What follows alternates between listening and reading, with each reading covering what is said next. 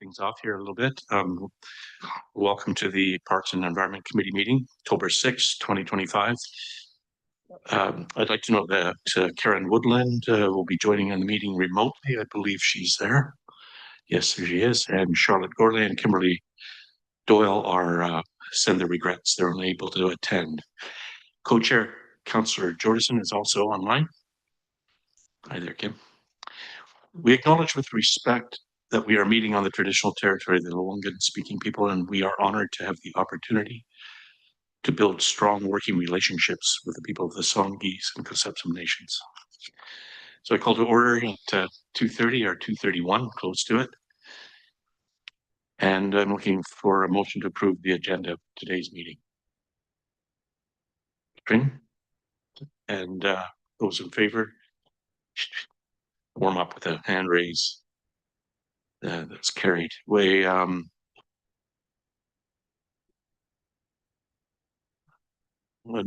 Next, we have the minutes of the June 2nd, 2025 meeting. Before we consider adoption, are there any errors or omissions to note? Anyone? Seeing none, I have a motion to approve the minutes of the previous meeting. Pamela? Any objection? Seeing none, is passed, carried.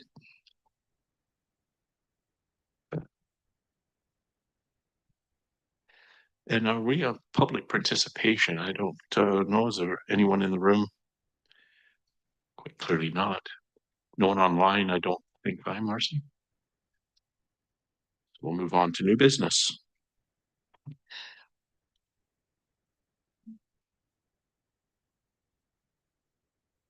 Item 5.1 on the agenda is the urban forest strategy. And we're pleased to welcome Gord, Beauvillier, Manager of Parks, to present the urban forest strategy to the committee. Thank you very much and good afternoon, Chair and committee. Today we have the draft urban forest strategy for you, or the final draft urban forest strategy for you.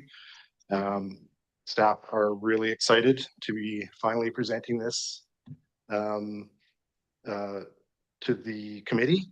I'll just go over today. I'm going to be here today, and then I also have Catherine Barris from Urban Systems to do a presentation, and then we are open for questions after that. So the recommendation for this was that the Parks and Environment Committee consider recommending to Council that Council receive the draft Colwood Urban Forest strategy as presented, and that Council consider the staff recommendations to adopt a citywide tree canopy target of 33%, consistent with the Climate Action Plan and community engagement findings, which 33% is essentially what we have now. So it would be keeping with our current canopy.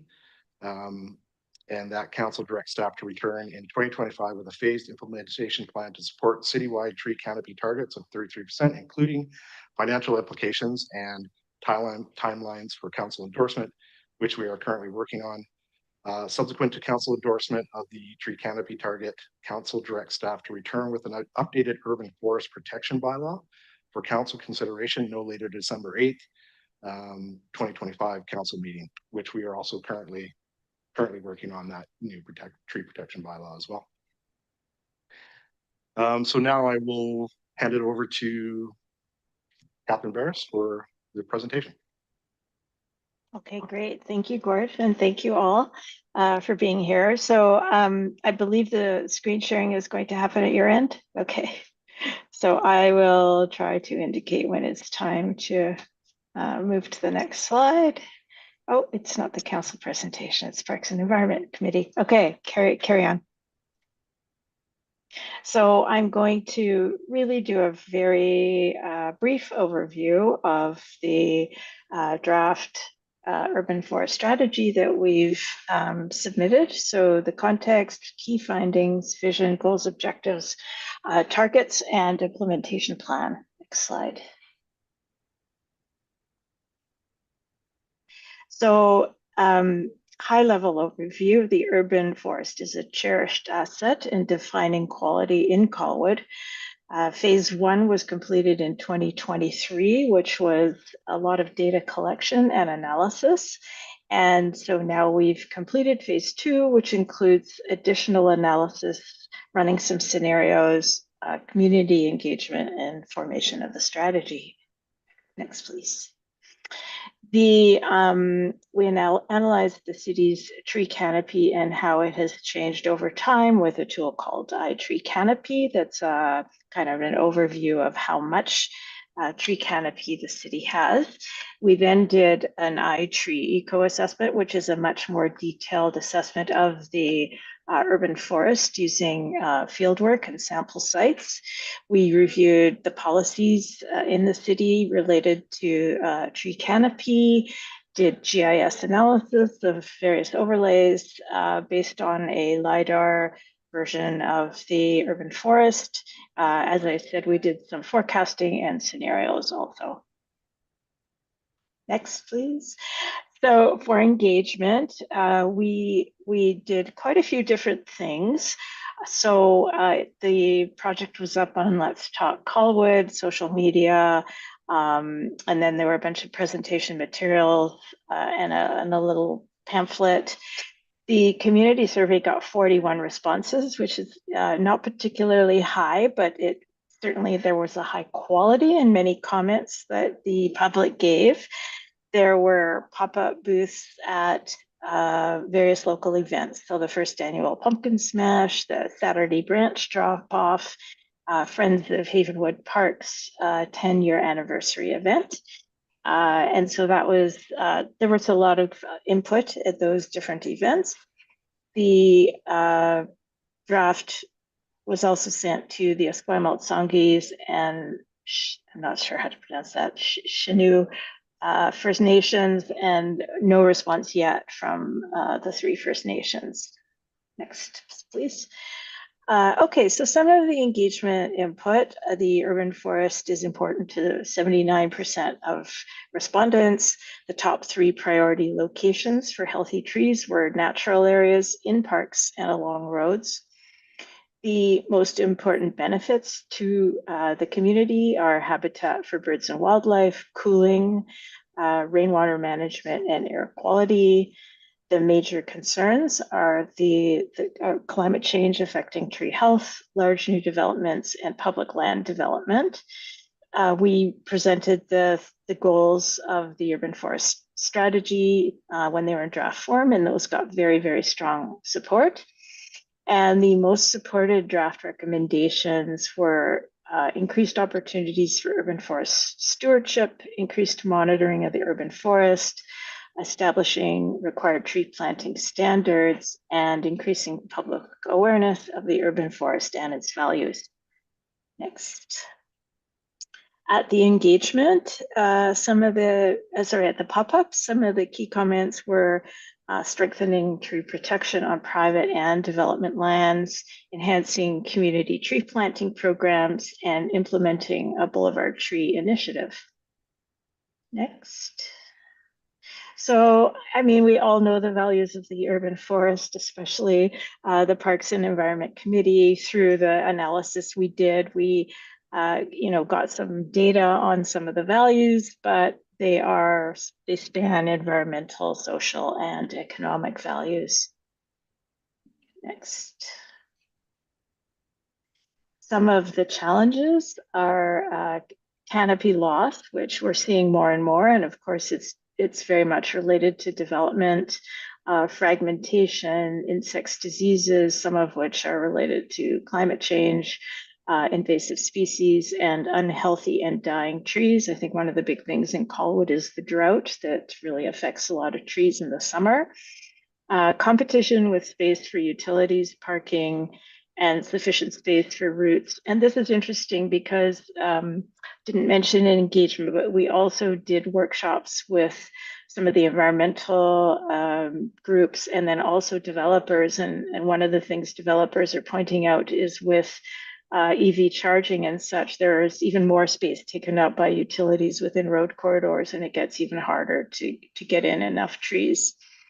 Other challenges are maintenance, and this is usually from the residential perspective, having to clean up trees, pavement cracking, puts pressure on landowners and also on staff because of the trees in public spaces. And especially when trees are not planted properly, you get more of these impacts. And then balancing the urban forest with higher densities, with the big push for affordable housing, there are definite impacts that we're seeing on tree canopy, basically across all communities. Next one, please. So looking at all the various documents overseeing development, we went through these. The subdivision servicing bylaw has recently been updated, and we provided some input into that related to tree canopy as the planting standards were being developed. Yeah, and then the other ones are all here. Don't have to read the list.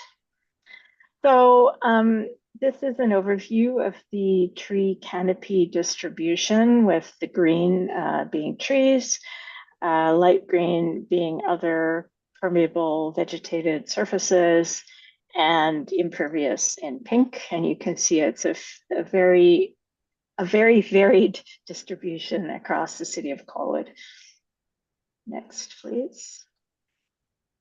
As part of the analysis we did, there was a valuation of the monetary values of various infrastructure services provided by the urban forest. And so looking at these, you can see that it could be translated to very huge savings in terms of its overall benefits to the community in carbon storage, pollution removal, etc., and things like avoided runoff costs associated with infrastructure, and the replacement value of all trees is a very high number, $788 million. Looking at, yeah, you can go ahead. Thank you. Looking at tree canopy by land use, we calculated, this is sort of a variation on land use and land ownership because of the sort of different patterns we have in Colwood. So Royal Roads itself is 80% tree canopy, whereas we go all the way down to your industrial, which is 7%. The city of Colwood has these large areas that have a lot of trees. So that includes Royal Roads and portion of CFB Esquimalt. So we calculated the overall tree canopy with and without those federally owned lands. So the entire city of Colwood has a 40% tree canopy, but if we exclude Royal Roads and CFB Esquimalt, we're at a 33% tree canopy. Next. We also looked at tree canopy by neighborhood. And again, this is just a rounding difference that Royal Roads is coming out here at 79%. CFB is at 54%. Latoria is also had a very high tree canopy, especially for the date of this analysis, because they're large areas of forest. It wasn't lots of areas that were not developed yet. Gradually changing, and then all the way down to Royal Bay with a 19% tree canopy, and that's largely because of the huge old gravel extraction area. Okay, carry on. Looking at tree canopy by ownership, so we talked about the very high federal lands and Crown agency lands with super high tree canopy. Other municipally owned land is at 43%, private land at 31%, road rights of way at 21%, and again, you're 33% for the urban area. Next. So we did tree canopy projections for the different land use areas. And this was saying if things developed according to the OCP, so we mapped all the areas subject to change and subject to development and what's the existing land use and the proposed land use. And so this is showing you the existing tree canopy for the various uses and the one projected according to, like I said, the OCP and with existing practices continuing as they are. And what the analysis told us is that without changing anything, the tree canopy will go down to about 30% from its current 33. I think I can go on. I can come back with other questions if you have them. So then we looked at 3 different tree canopy scenarios. So scenario 1 is status quo. So for example, essentially if nothing changes to existing policies and practices, the canopy will go from 33% down to 30%. Scenario 2 said, what do we need to do to retain the existing tree canopy at 33%? And scenario 3 looked at what do we need to do to increase the tree canopy to 33%. And so the areas that are shaded show, or in the brighter colors, show where tree canopy would have to change on public land, which are the blue ones, and private land, which are the yellow ones. So for example, Colwood Corners would have to increase its tree canopy compared to what would otherwise happen. It's still lower than it is today, but it needs to not lose as much. Hillside and shoreline neighborhoods also need to increase tree canopy to 31% versus what would otherwise be around 29% with existing practices. Municipal parks and open space need to be increased from their current 48% to 53%. And the parks and open space greater than 5 hectares are actually mostly in Royal Road. So that just needs to go up a little bit. The neighborhood class, which is developed areas, need to go up to 31%. Seaside Village, higher than it otherwise would be at 22%. And for road rights of way, it would have to go up from 21 to 23%. So these are the changes that would be required across all these different areas and land uses to maintain the tree canopy at 33%. Next slide. So the vision for the urban forest strategy is that the urban forest is healthy and diverse and essential component of the community. Lots of good words, and supporting biodiversity, nature, connections for people, community health, and also respecting the cultural heritage. Next.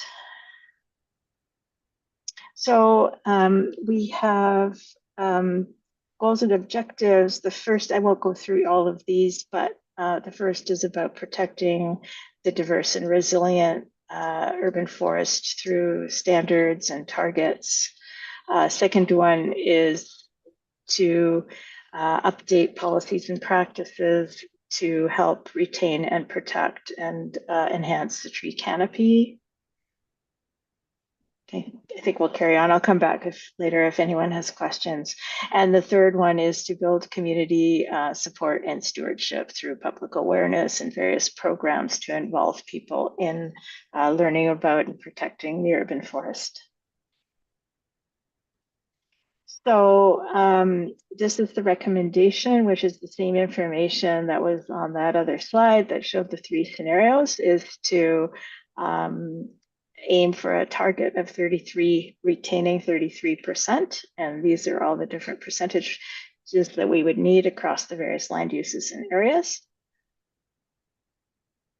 And next, and then this is the implementation plan, which I am not expecting you to read, but the point is we are listing all of the recommendations of the plan, what phase they would be implemented in, and what the relative cost would be, and we're currently working on that implementation plan and developing some actual costs for the city for moving forward.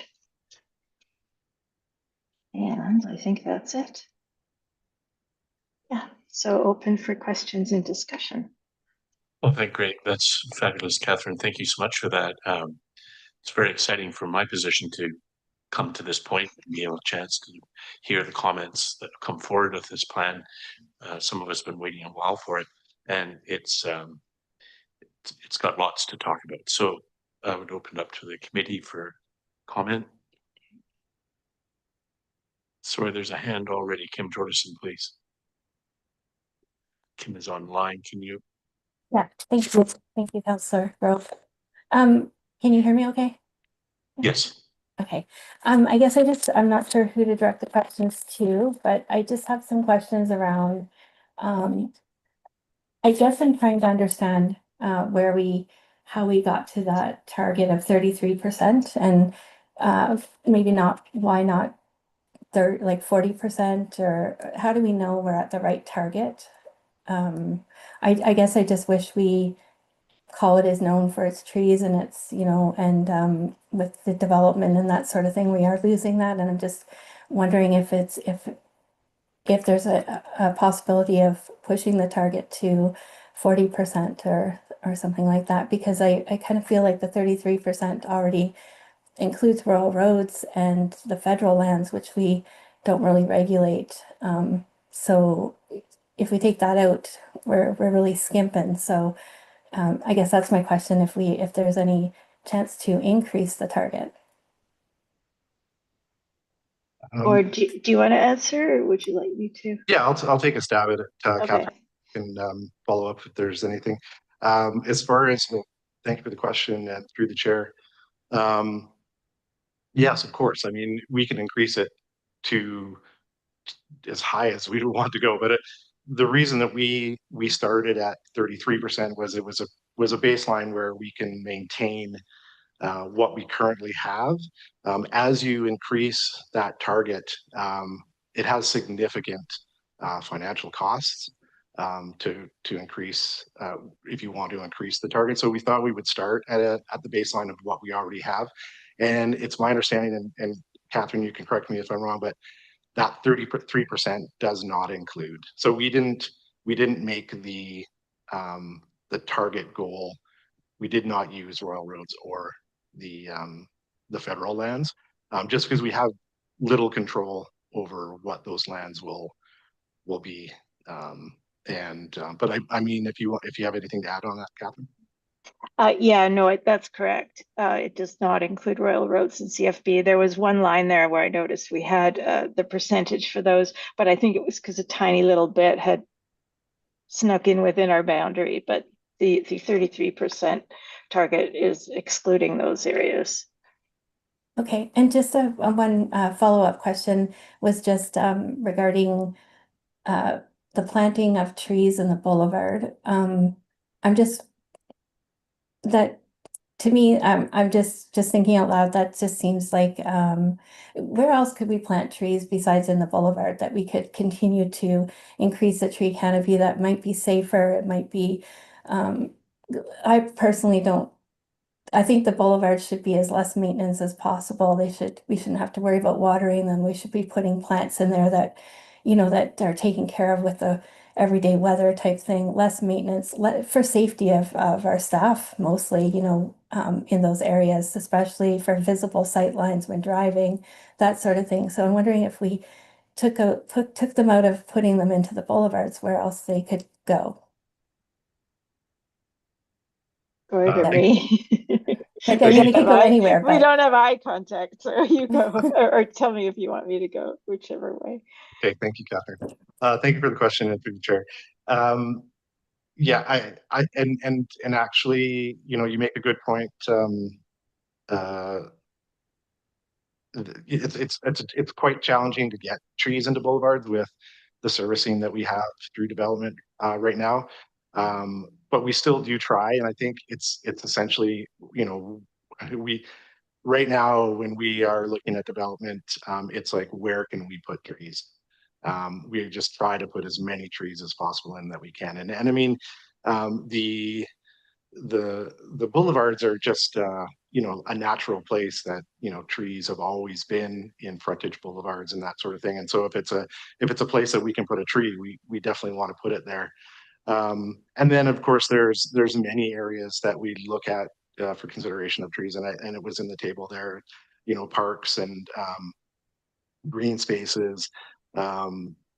Anywhere where we can fit a tree is essentially where we want to put trees to try and strengthen that urban forest. Maybe I'll add to that as part of the implementation plan, we're looking at parks and trying to maximize tree planting in parks, recognizing that obviously you can't plant trees in sports fields or active grass play areas, but there are lots of places around the edges of parks, for example, where or even along trail corridors where it is possible to plant lots of trees. And so we're going through the exercise of calculating what that number might be. Yeah, because we have built beautiful parks and that sort of thing. A lot of people, their comments are, be nice to have some shade, that sort of thing. So I just wonder if, I mean, I think it would be great if we just didn't put them in the boulevard at all. I think they can still look nice. It just might be safer. It's just less crews having to maintain them, and the more safety involved, the more bigger the crew has to be there to maintain them. It's just expense wise, but also, I don't think people are taking cover under canopy on the boulevards and that sort of thing. But anyway, thank you for answering all my questions. I really appreciate it, and great work. Thank you, Councillor Jordison. I thought Karen Woodland's hand up a bit ago. Yes, thanks, David. Following up on what Councillor Jordison said, I was going to ask why the recommendation is so low, because it's really looking at retaining what exists currently and not adding to the tree canopy. And I think that is a huge mistake, because we all know that no one ever meets their climate targets. So I think we have to aim a little higher. And I would go as high as 50%. I know Councillor Jordison said, why not 40? But I'm sure you're aware that of the Nature Needs Half movement, which brings together the best science and Indigenous knowledge to say, if we really want a sustainable community, environment, economy, we have to protect nature and restore and connect and enhance nature. And I appreciate that this would be onerous for Gord and park staff, but the community stewardship showed a very high value. And I wonder if, we have groups doing invasive removal, why not a steward group doing tree planting? And I'm sure we could get support from the federal government and maybe from Clean BC. And I think, Gord, what you were saying, there's very limited places to put trees. I think I see empty spaces around the community every day, like the slope above the Royal Bay field. There's virtually nothing on that slope. There's lots of little pockets of unused right of ways and corridors. I think tree planting, as we all know, Colwood gets its name from the trees, or from the timber, I guess. And everyone says Royal Bay is such a great residential neighborhood, but before it was a gravel pit, it was like Royal Roads. And when I look at that map of the 80% forest coverage in Royal Roads, like we are in the Douglas Fir climatic zone, and that is the habitat we need to protect. Those trees live 800 years.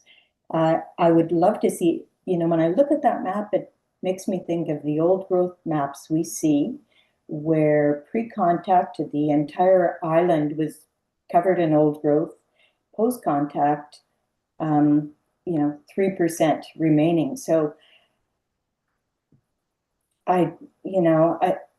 Catherine, you mentioned that even since this data, there's been, I'm pretty sure, further clear cutting in the North Latoria area. And so I have a huge concern that we are prioritizing urban development over environmental protection. And I don't have a question. I just wanted to raise that concern. So thank you. Thank you very much, Karen. Do you care to respond at all to that, Gord? Or I will point out at this point that corporate here, Marcy, our good hand on the side is keeping notes of comments that will be moved forward to council. Yeah, just the follow-up to say that, that is, for this committee and for council, if tree targets, canopy targets want, to be higher, then staff's here to respond to that. And I don't know, I look at and from my understanding of the data, like 35% is quite a high target to match. I'm not sure, and Catherine, you may be able to help on this question. I'm not sure if 40 or 50% is possible. I'll say a little more. Yeah, please. That's okay. First of all, I'm delighted that you are all responding, or two of you so far, and saying you'd like to increase the tree canopy. I do this work because I'm a tree lover. The challenge is reality, and there are so many communities that have urban forest strategies with high targets, and they don't achieve them. And we're just trying to be realistic, and it is really, really hard, especially like with new bills 44 and 47 that are causing infill and tree removal with no provision in those policies for maintaining tree cover and other environmental kind of characteristics like rainwater management. So it's really hard to try to balance the fact that many of us would like you to have this very rich, healthy, and extensive urban forest, that the reality of achieving it is really getting very challenging. So it's that balance we're dealing with. Thank you very much, Catherine. Judy.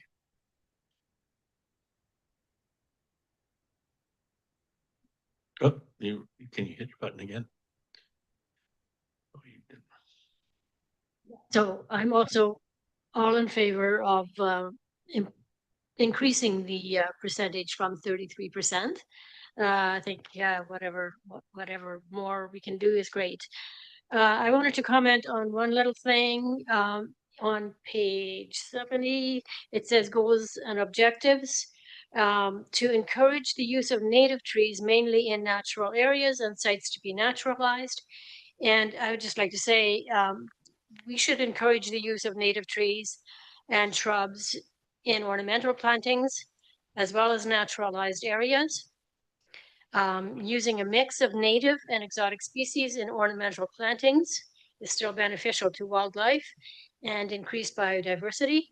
And many native plants are beautiful and integrate well into ornamental plantings. So let's not limit ourselves to naturalized areas for native species. I'm also very much in favor of naturalized areas in parks, anywhere we can do that. And what? Oh, Here we go. Yeah. Then one other thing I wanted to mention is the biodiversity report, which is coming later, identifies invasive species as a major threat to biodiversity in Colwood. And the bylaw to prevent tree clearing helps to address this issue But I would like to see more attention to holding landowners responsible for clearing invasive species. And if that could be included in this initiative as well, that would be great. And I really like your ideas for public engagement. I think we can do a lot more with public engagement. Adopt a tree, something like that would help to the city to maintain and water trees. Whatever we can do. Thank you, Judy. I can move on. We've got everybody's lights are lit up. I think I hit the button by mistake there for Pamela. You're next, please. You're already red though. You should be on. Thank you. I started out with one thing and then now I've got three. So apologies. So first off, I guess my question is, when parks are being planned and you're looking at tree canopy, what I'm seeing around my neighborhood, for example, Quarry Park, right? There's lots of places where trees should be going in there. And I just see open green that's really not being used at all by people. And so when we're talking, when Kim was mentioning, about the boulevard, and also Karen, I'm seeing plenty of places where maybe we could start planting some trees. We've got, Meadow Park, which is big, huge, wide open space. About maybe 70% or 50% of it is getting used and the rest is just laying there open. And so again, I feel like there are lots of opportunities to start putting in some more trees because I am in complete agreement with Karen and Kim, about increasing the tree canopy there. And as far as public engagement, I feel like there's, we have now Pick Colwood, which is amazing, but on a Pick Colwood day, we could also have a group of people and split off and do Plant Colwood. So we could have, work in those ways to increase the canopy. And then I had a question on this, which was, in choosing the trees, because I understand with climate change and the invasive species and actually getting these trees to survive, was any study done as far as looking at projections for what our climate's going to be like 50 years from now, 100 years from now? Are these trees going to survive given the heating of our planet? There's a question, Gord or Catherine. Care to respond? Catherine, would you like to respond to this? I'm happy to. So the species do need to change as climate changes. Your climate action plan, I think, has some information on that. And I believe we talk about choosing species that are going to be adaptable in the future. And so, yeah, that's a question of just adjusting with the times and changing those species as necessary.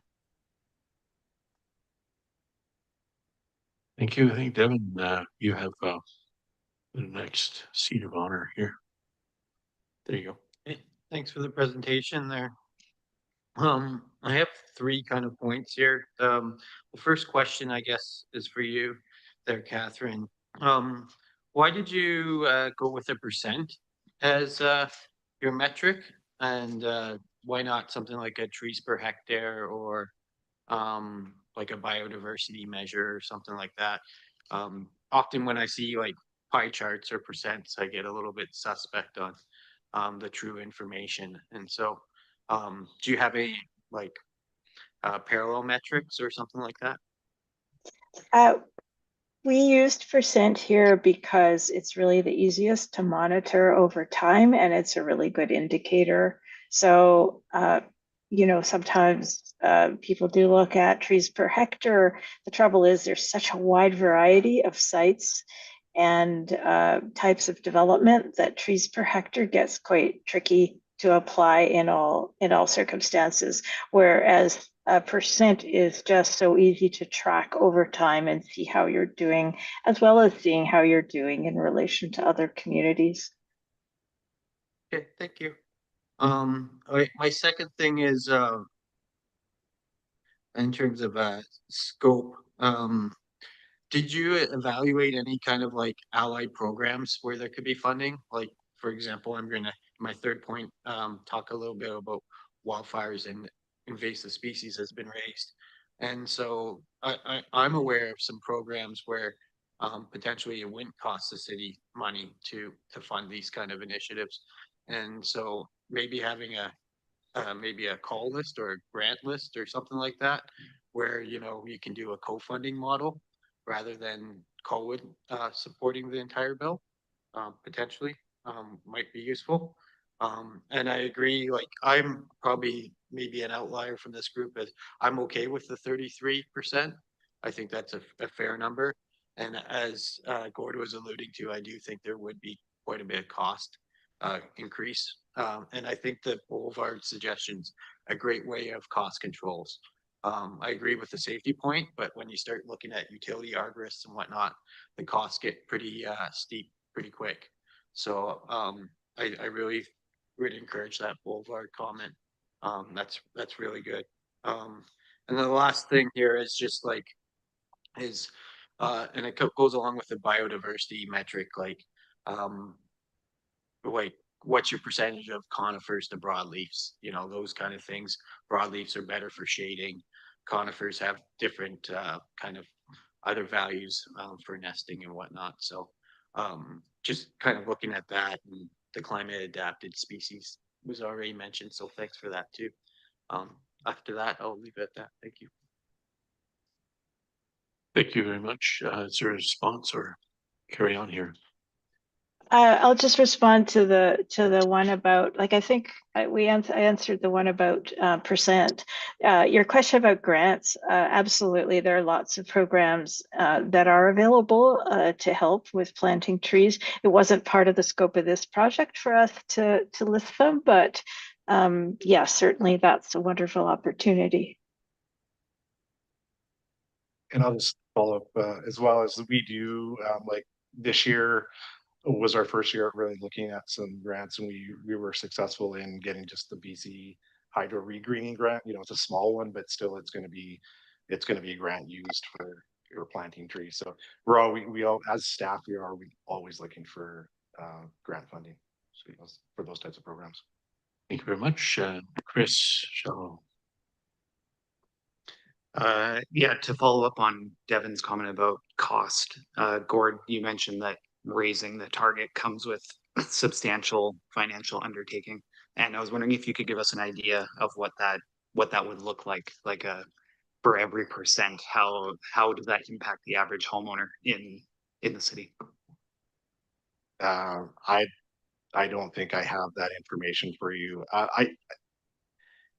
Catherine might be able to might have something like a higher level cost, but just to know that it does significantly cost more, as well as, you know, it affects, there's a broader effect on the city as well, because we're to increase that canopy level, we're looking at how we do things, how we plan the city differently, and that is just, you know, that's where a lot of costs come into play as well. And I don't know, Catherine, if you have anything to follow up.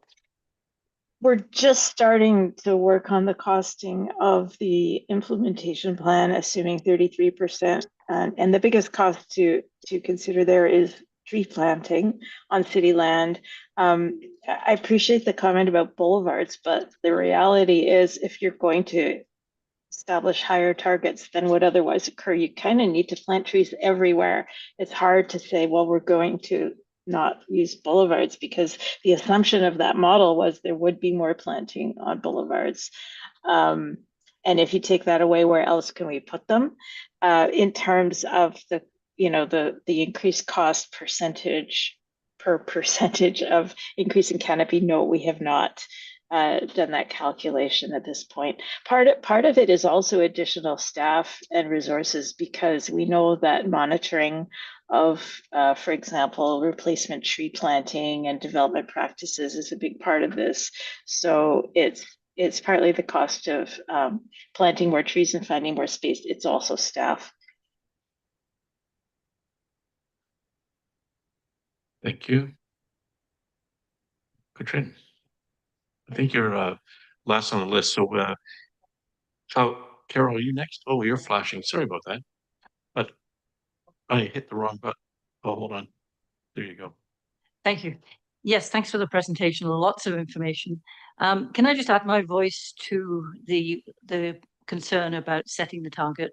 What I think a lot of us are seeing as rather low. I'm disappointed by that because, well, lots of reasons, not the least of which is what we have now. I don't think will be maintained because when you think about the developments that, as I understand it, they take out a tree and they plant 2 new trees. Well, there's obviously a net loss in canopy, at least in the short term. So I'm not quite sure how that is factored in. But that's a concern I have, that as each development goes up, the immediate canopy is certainly very much reduced. I also noted this morning that when I was reading it at home, that it said in the draft strategy that it would need 33% would need to amend the climate action plan because that recommends 35%. And that kind of jumped out at me, and I thought that seems the wrong way around. Surely we have a climate action plan to inform other strategies. And it seems to me bad optics for council to be putting forward a strategy that negates the recommendations in the climate action plan. So I think at very least, I would like to see us going for 35% as a nod to increasing the canopy and to taking the climate action plan seriously. Thank you. Can I ask a question about that one? So in an early version of the climate action plan, I thought that it stated 35% as the proposed tree canopy. In the most recent version, we were able to find online, there is no percent given in the climate action strategy for tree canopy. It just says establish it in accordance with the urban forest strategy. So we've kind of had some confusion and debate over that one. And anyway, it would be good to know sort of where that stands in terms of the climate action plan.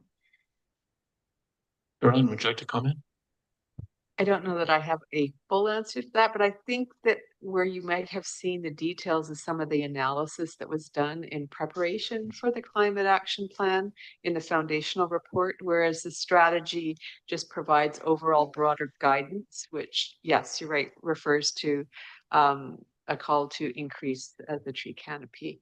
But perhaps that number was in some of the modeling and assessment work done towards that, you know, kind of informed the strategy. So the foundational planning document.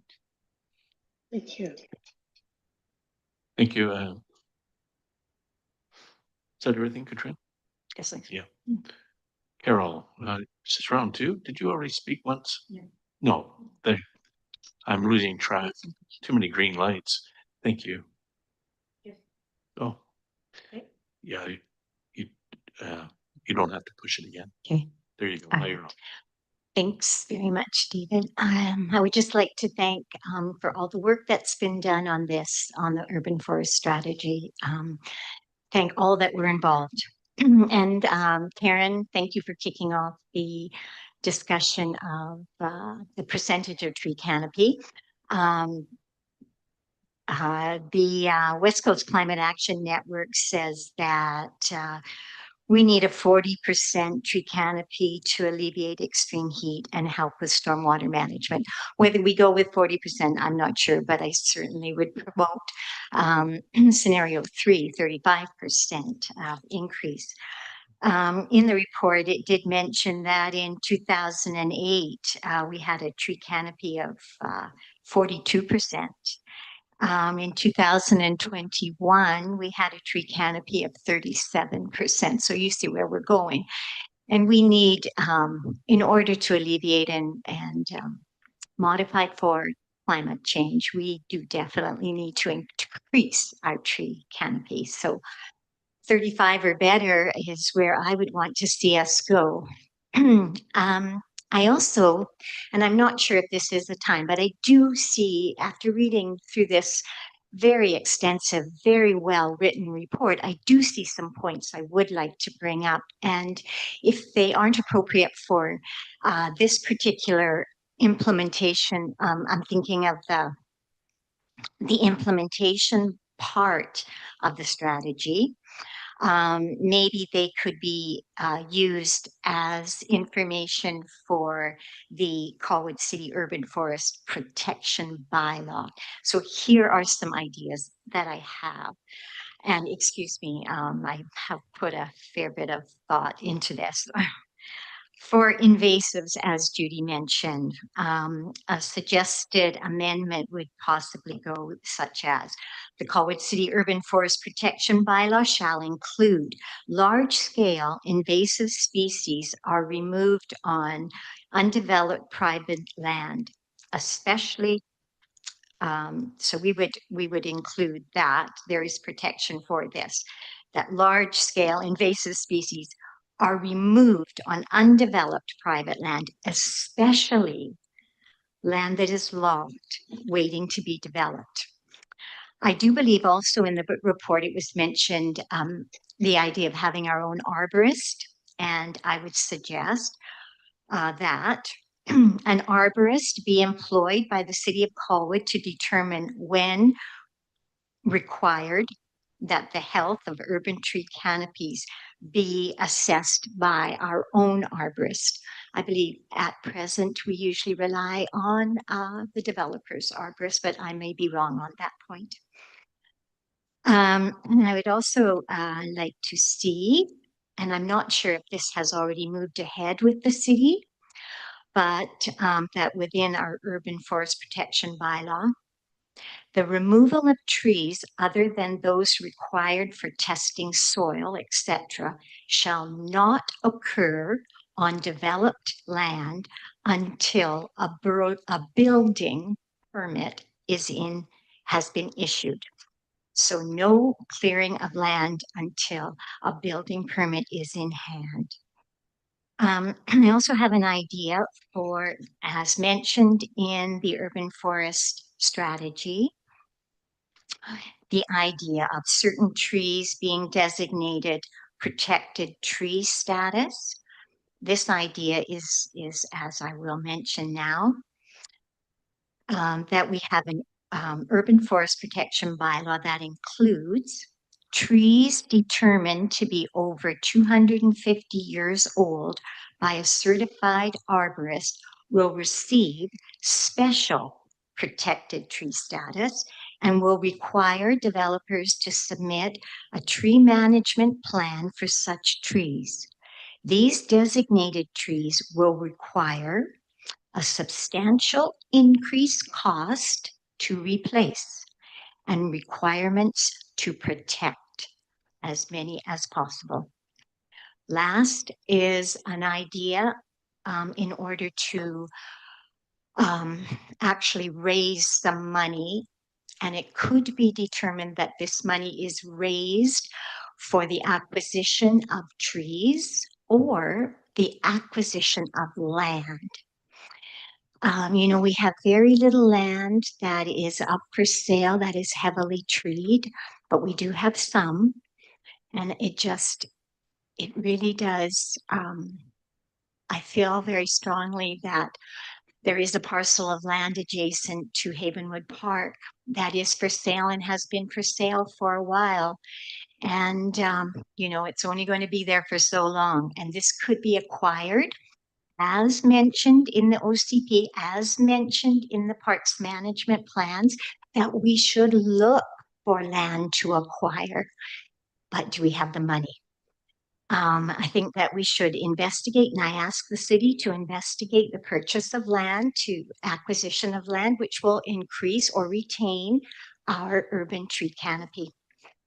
And this is my last idea. This is for a conservation fund that the city of Colwood, under the Urban Forest Protection Bylaw and the Biodiversity Report and the Property Tax Assessment, reflect a conservation fund for each property parcel in Colwood.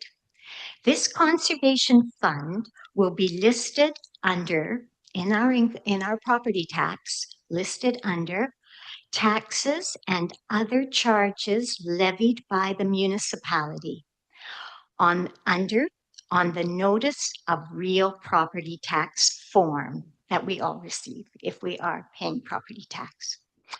And to continue, and will be set at a flat rate of, to be determined, even if we set it at $15 per parcel, we would end up, if I do my math correctly, at approximately $125,000 to go out and purchase trees or start saving for land acquisition or increase the amount that is asked of every property owner. This amount shall be used to fund land acquisition to protect and enhance our Colwood urban tree canopy. I believe I don't know if everyone does, but my library tax on my property tax is about $125 a year. I don't think you can even get 2 Big Macs for that anymore. So if we're really serious about protecting our tree canopy, I think maybe the citizens of Colwood would agree that a conservation fund on our taxes would be valuable. So thank you. I could go on, but I think I better stop at this. Thank you very much, Carol. I think everybody's had a chance. Pamela, you're next, and Kim, did you have your hand up still, or is that from before? Again? Okay, so you've had it up for a while. Why don't you go ahead then, quick and. Okay, thank you, Councillor Grove. I just wanted to make a motion. So maybe, well, first, actually, I should just say, I have the OCP out in front of me, the 2018.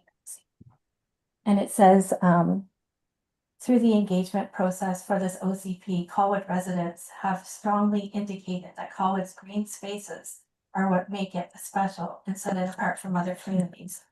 And it also states that people and nature are exceptionally well connected. Colwood is green by nature, blessed with natural beauty and home to trees, hillsides, shoreline, and other ecological areas. These treasured natural areas will remain intact with new development, not only protecting them, but also connecting and regenerating them. So I think when I read that statement, I kind of question whether that is actually been happening. And I understand tree canopy and trees are different, but it all equates to the same. And I'm just wondering if developers are replacing trees that are taken down, and I think they have to replace with more trees, to my understanding. Why do we seem short trees? Why do we seem like we're not being able to keep up with the tree canopy and the balance that we're looking for, that we've always seemed to have had in Colwood before? I guess that's my question. And then I'd like to come back with a motion later, Councillor I'll come Grove, back if to you that's quick for okay. that, but just get Pamela Okay. first. Then come back. Yeah. Thanks. Thank you for the question through Chair. So the question, just so for clarification, is through development, they have a 2-to-1 tree replacement ratio. If they can't replace those trees, they can also do cash in lieu that goes to the city for the city to replace trees. And how come we aren't able to keep up with planting trees? Well, how come they're not replacing them, and if they're giving the cash value, the city's getting the cash value that we could use towards planting trees and ensuring that we're planting back what we need to, type thing. Like, yeah, I'm just wondering why it's, besides being short-staffed or that sort of thing, not having enough staff, but like, is there a reason we can't keep up? Yeah, with I would say that the main reason is we aren't able to plant enough trees, like physically able to plant enough trees. But the money is there from development, and we do use that money, and we plant as many trees as we buy. We like the Parks Department sets a goal every year to plant in our service profile. You'll see that later this year when we go over the service review, and you'll see that we have a target of tree planting that we do, and we try to beat that every year. Of course, the more people we have to plant trees, helps, as well as we do stewardship events to plant trees, and we use the money to help purchase the trees for those stewardship events. But yeah, it's just we're just not physically able to plant the trees, but the money is there, and we do actually try our best to plant as many trees as possible throughout the year. Thank you, Gord. Pamela, then, please. Just give me a second here. Oh, there you go. There you are. First off, thank you so much, Carol, for all of those amazing and brilliant, ideas. I know that the arborist and wanting the city to have its own arborist has been something that's brought up multiple times by multiple people. So I do hope that that gets taken into consideration. My question is, when you said that you're physically unable to plant the trees, is that because of lack of people power to plant the trees, or what is the physical barrier? Yeah, I would say, if we could plant trees every day, we would, but we're just unable to do that. I mean, we just don't have the capacity to plant trees, as many as say, to keep up with some of the development that is where we have tree loss. For the majority, I believe that most development do plant the trees back, and then where we don't see those trees planted back, that cash in lieu is then given to the city, and the city draws from that when we purchase trees to do tree replacement and that sort of thing. So it's essentially, we just don't have the capacity to plant as many trees as to keep up with canopy loss, or to increase that. Everything we do helps towards increasing the urban forest canopy, but we just can't plant enough trees a year at this point. Is there any kind of action plan in place to correct that, or hire people, or do hire youth climate corps people or things like that to be able to plant that? Yeah, we continue to increase resources where we can through the budget process. We do stewardship initiatives, and we get stewardship groups to plant trees, green team to plant trees. The Friends of Havenwood are always keen to plant trees, as well as we have a new stewardship group that has been formed this year called Friends of Colwood Parks. So we're just going to continue to keep using the stewardship initiatives, as well as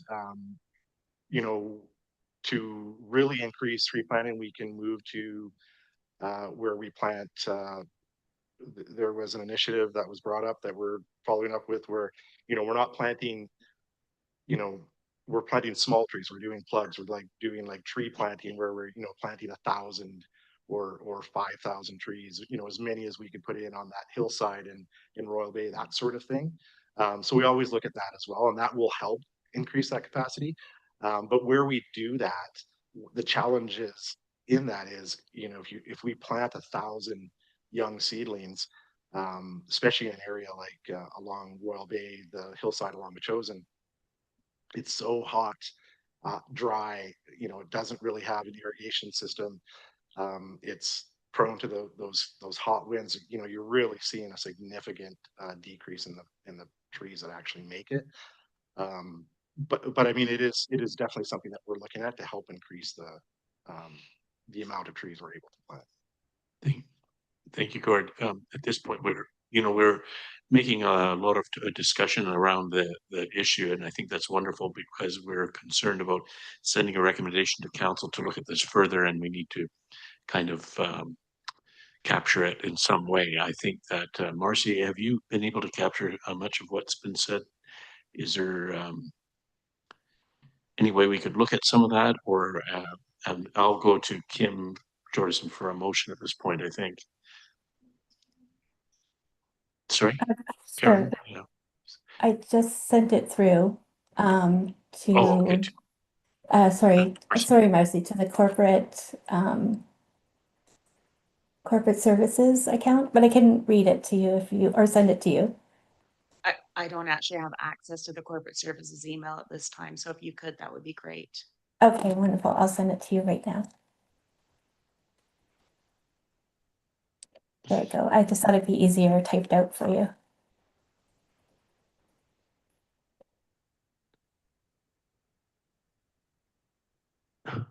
Will it be coming up or, sorry, I've lost track of what's happening.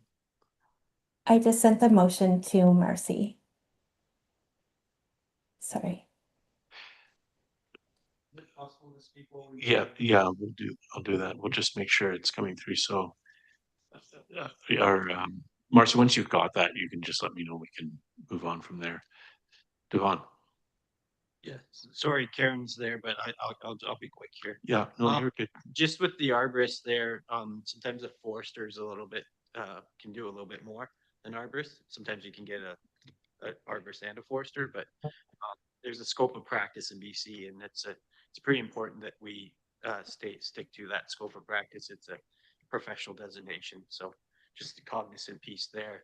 And then just with the tree planting here, I was thinking like, you know, if we have money but no people, then does it make sense to have a contract where you can just, you know, the money instead of going to Colwood just goes right to the contractor and they put trees in at a specified rate, like $125 a tree. You know, that's a nice ornamental tree, I imagine. When we're talking about what Gord was mentioning about, you know, thousands of trees or whatnot, we're talking about, you know, under $1 a tree. And so even if you're losing quite a bit, it's more about species selection, I would say, or biodiversity. Yeah. But yeah, 2 comments just came to mind there. Thank you. Karen? Thank you, David. So many innovative, creative ideas about how to protect not just tree canopy, but trees in Colwood. And I think it's very much a part of our identity. So I definitely would like to see this higher. Looking forward to Kim's recommendation. But I have a question for Gord, and I just want to, you know, it's about the economics, of course. And I just want to read a line from the report. Communities would have to spend millions more on infrastructure to generate the same benefits that urban forests provide, including clean air and stormwater management. I'm fully in for boulevard tree planting, and I think we really need to look at residential areas like Colwood Corners. And so I have 2 questions for Gordon. The first one is, when there are no existing trees, it's all, you know, been cut down and developed, say, close to Colwood Corners, what is the onus on the developer to provide trees, or is there any? That's my first question. I have one more, Gord. Okay, thank you for the question, through the chair. Yeah, when we look at a Colwood Corners development, and we get the landscape plan from the developer, they are required to plant trees within that development, and then unfortunately we negotiate through there on what can be planted and where can it be planted. You know, an area like Colwood Corners, when we look at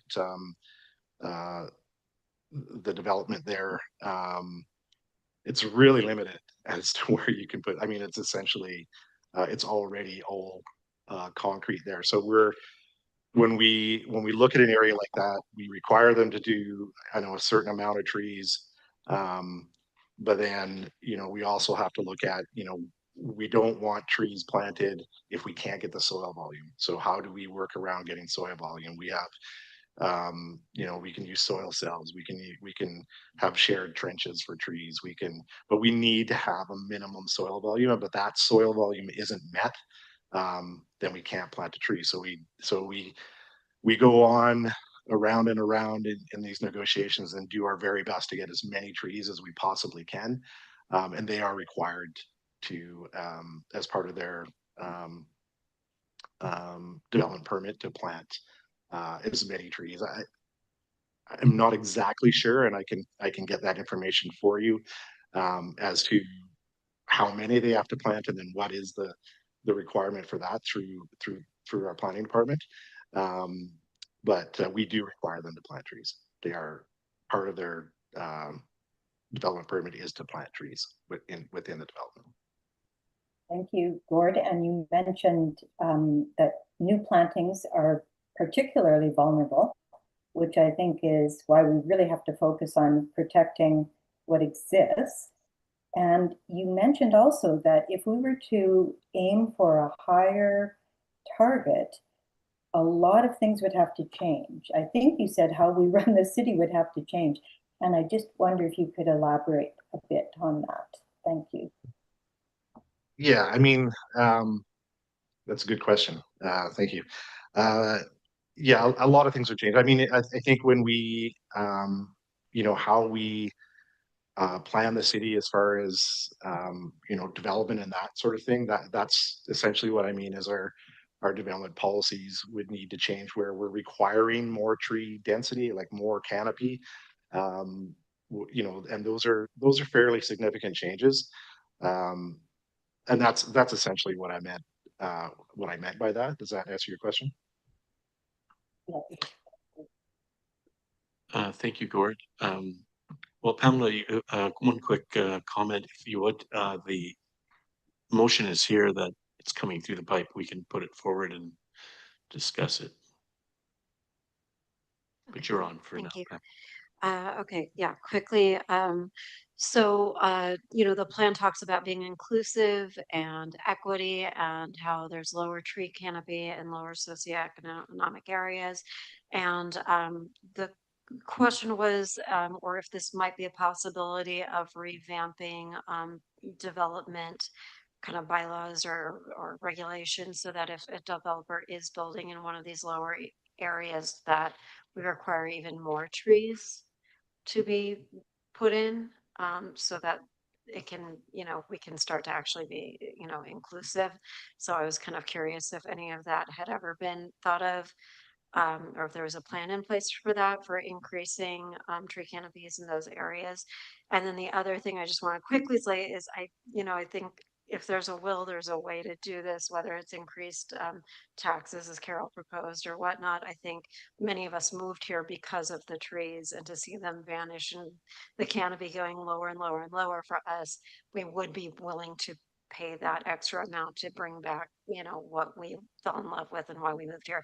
And to that end, Charleston, West Virginia has a tree canopy of 74%, Columbus, Georgia, 70%, Atlanta, 53%. I understand that the climate is different, but if we are able to, you know, to get trees that will survive, then, you know, my opinion is that we should be doing it. So. Thank you. So the motion, Kim, Marcy, can you put that up, or do you have it? I will bring it up for the committee, but I will read it out for those at home. Yeah. So that the Parks and Environment Committee recommend to Council that Council receive the draft Colwood Urban Forest Strategy as presented, and that Council consider the staff recommendation to adopt a citywide tree canopy target of 40% and work towards less planting of trees in boulevards and instead prioritize planting in heat-prone areas like parking lots and high traffic streets, and that Council consider residential neighborhoods, parks, and school grounds to maximize shade, cool the environment, and support community well-being. Okay, so at this point, I would like to call for comment specifically toward the motion. And if everyone wants to have a chance, unless everyone what's Kim's hand up? Anyway, sorry. Yeah, Devon, why don't you go for it there, because then I'll call the question at some point before too long. Sorry. Devon, did you want to? Well, it just came to me that like if we're really trying to get more trees in like these big box stores, have we even thought about, you know, putting trees on top of buildings or apartments and stuff like that? Like those seem to be our heat islands, and you know, maybe that's a way to create space. I just don't know about load bearings and whatnot, but Yeah. Yeah. Thank you. Pamela, one last time here. Sorry. Just to see if we could add to that motion, that there be a focus also on planting trees in the lower socioeconomic areas. Yeah, I guess we can add and make that an amendment. Would you like to?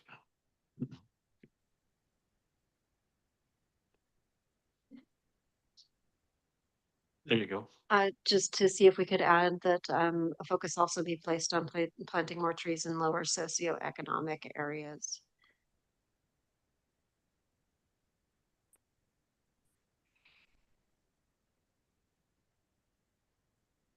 Thanks. We've had amendment then before us, in addition to that. Karen, do you want to speak to that amendment or the motion as amended? Yes. Go ahead, Karen. Okay. I agree with the spirit of Pam's suggestion. I think in Colwood, it's almost the reverse because there's been a lot of clear cutting for newer development. For example, I live in a neighborhood that every tree was removed, and it's not a, it's a fairly upper socioeconomic neighborhood. So I agree with the spirit of it. I think in Colwood, it's almost the reverse. And I think that Councillor Jordison, I can't see the motion, but I believe she said no planting in boulevards. So I would seek to remove that recommendation, just that portion of it. Well, we'll vote an amendment and then on the original motion as depending where it goes. I think that's the way we go at it. Okay, so okay, Carol, one last comment. One last, maybe instead of mentioning the words lower social economic area, some people may take, have a problem designating their area as such, but the intent I think is very good. And so maybe just change it to emphasis on equity of tree planting. So that doesn't, equity of tree, emphasis on equity of tree planting.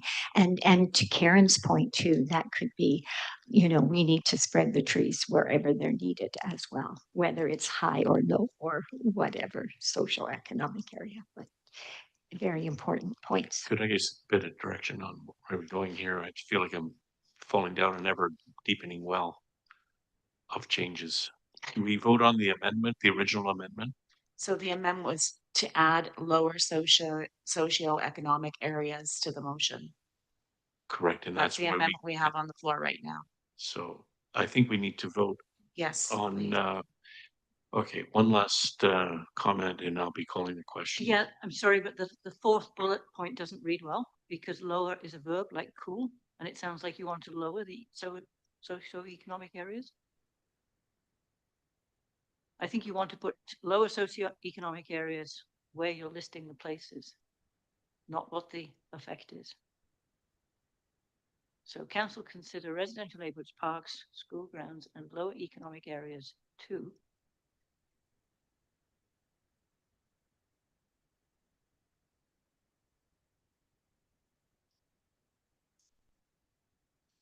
Still doesn't read properly, sorry. I think she's making reference to the location within the sentence. Yeah. So the lower socioeconomic areas should be moved to follow in the list of school grounds or somewhere in that first list. Yeah, but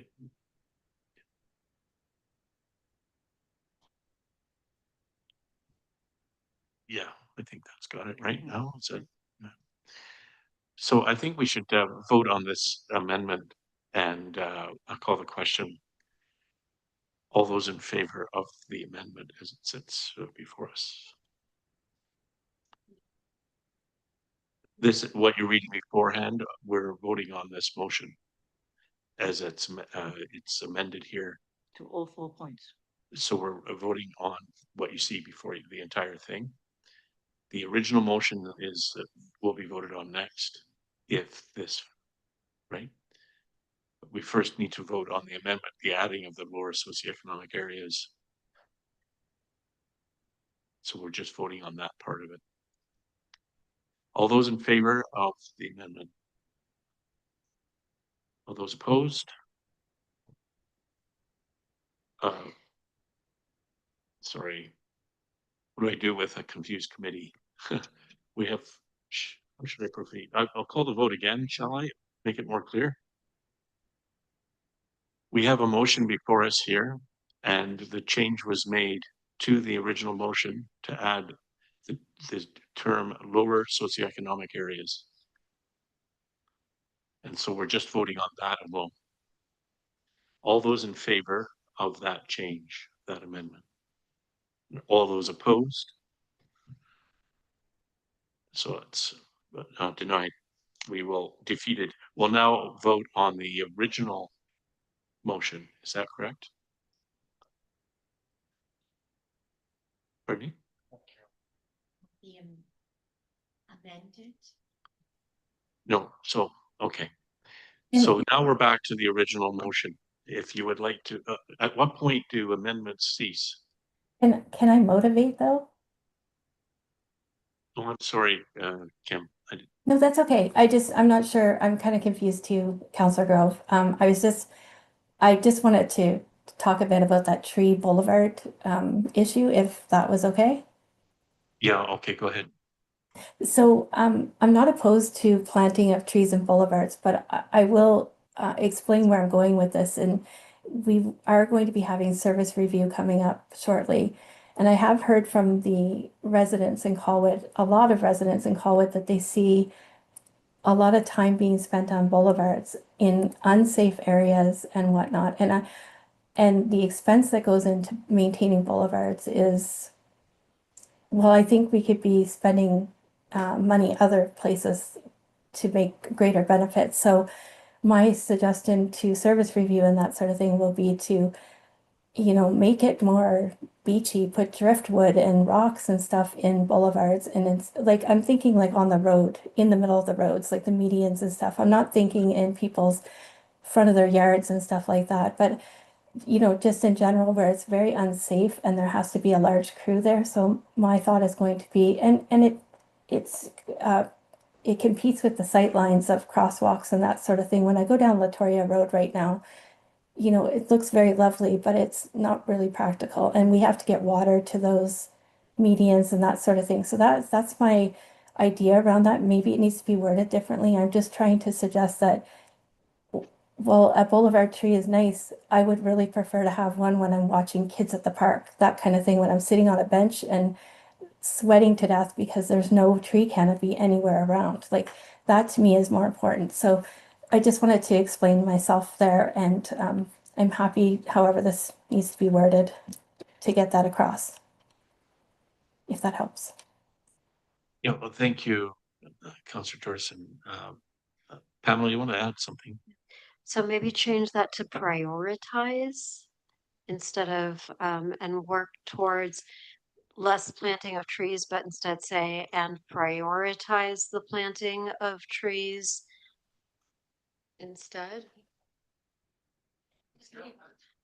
Yeah, And then also change it to Carol's suggestion on equity. And the reason why I mentioned those socioeconomic was, but I totally agree with Carol, but in the study, it had talked about how there were less trees in those areas. So that's why I brought it up, but I totally agree with Carol's suggestion. So if we could add both of those things in there, maybe we could vote on that. Oh, okay. I hear you. I think at this point, you're adding another amendment, a new amendment, to add the word. We're starting to do wordsmithing here in a sense, because this is going to council. I think the intent will be passed on. There's been many notes taken. And it seems to me that we're trying to refine this down to a point beyond what we need to do. And I would prefer at this point, if we could vote on the original motion. It already raises the percentage to 40 above the initial information we had. the issue around boulevard planting is kind of a parks related item as well, that and a safety street traffic thing that perhaps can be dealt during service review, as Councillor Jordison suggested. So Carol, you look concerned. Before I can vote, I'm just not sure about boulevard trees. And Kim, I understand where you're coming from for safety. I do appreciate trees when I'm driving on where there's trees sometimes dividing the road. And I've never really thought too much about sight lines. That way it hasn't occurred to me to be unsafe. But are we also talking about boulevard trees just lining the side of the road? Like, are we only referring to ones in the center of the road, or is it where the sidewalks are, where our bike lanes will be, which is nice to have shade when you have a bike lane? And so boulevard trees, I'm thinking, are along the boulevard, shading a bike lane, which is rather attractive for getting people on their bikes. So I'm a little hesitant to vote against that. But I like the increase in percentage, so I have mixed feelings. Thank you for that. I think I will call for a vote on this motion as written. Everyone is welcome to vote A or nay. So all those in favor, as call the motion, the question on the motion as written. All those in favor? And those opposed? 2, 3. So it's defeated. Or 4-3. Do you need to know the names of? Would those voted in favor? I'm sorry, Chris in favor, Judy in favor, and Katrin in favor. The other 4 are opposed. On a Point of order. I need a clarification, please. Will I have an opportunity to vote on an amendment? If not, then I will vote in favor. Yeah, well, I think it's done. So we can start again. We're at 0. There's no motion. The motion was defeated. Can I make a friendly amendment? Pardon? Is it possible to make a friendly amendment? Well, there's no motion on the floor now. We voted, it was defeated. But we can, I think I would like to call for a motion. So someone, Chris, perhaps you have one up your sleeve? Well, I just wanted to point out that before we vote on a motion again, there were 2 directives from Gord that aren't addressed in what we have up here that I think we should make sure we get in before we move forward. And it's the last 2 directives. And that council directs staff to return in 2025 with a phased implementation plan to support, et cetera, et cetera. And then the last one as well. Yeah, in the staff recommendation. Here we go. I don't think any of us are doing either of those points, but we need to make sure that they're in there. Are you making a motion? Would you like to make a motion? I would like to make a motion to add those 2 points into Kim's motion that was on the table. Oh, it's gone. Okay. Defeated. You can do it again. You can make a new motion. You can. So I'd like to make a motion to change the citywide tree canopy target to 40% and then adopt the rest of Gord's initial. So I think what I hear is a staff recommendation with the change from 33 to 40% on bullet 3 or 2. 2. And then 3 as well. Correct. So that looks to me like the original staff recommendation and changing the canopy target of 33% to 40%. Correct. I don't know. To me, it seems that we're like making a motion on an ad hoc basis does it make better sense to do the motion next meeting? Specifically, like, if we're voting on 40%, what does 40% look like? Like, what are the pros and cons of that? Right now, we've been presented a scenario of 33, 30%, 35%. Like, essentially, we're voting blind because we don't know the repercussions of the 40% scenario, other than we're gonna get this target of more trees. But is that more trees gonna replace schoolyards? Is it gonna, like, to me, a scenario needs to be, laid out on what we're voting for, and right now we're voting on ideals, not concrete facts. Okay, I think we have a motion on the floor, however, is that not right? Correct. Yeah. The motion is on the screen for everybody, and it's back home for everybody else to see it. That's virtual. Correct, okay, cool. Judy, The 40% is a target. So I can see it as being an ideal, which yeah, I'm comfortable with voting on it as a target. thank you. Anyone else? Katrin?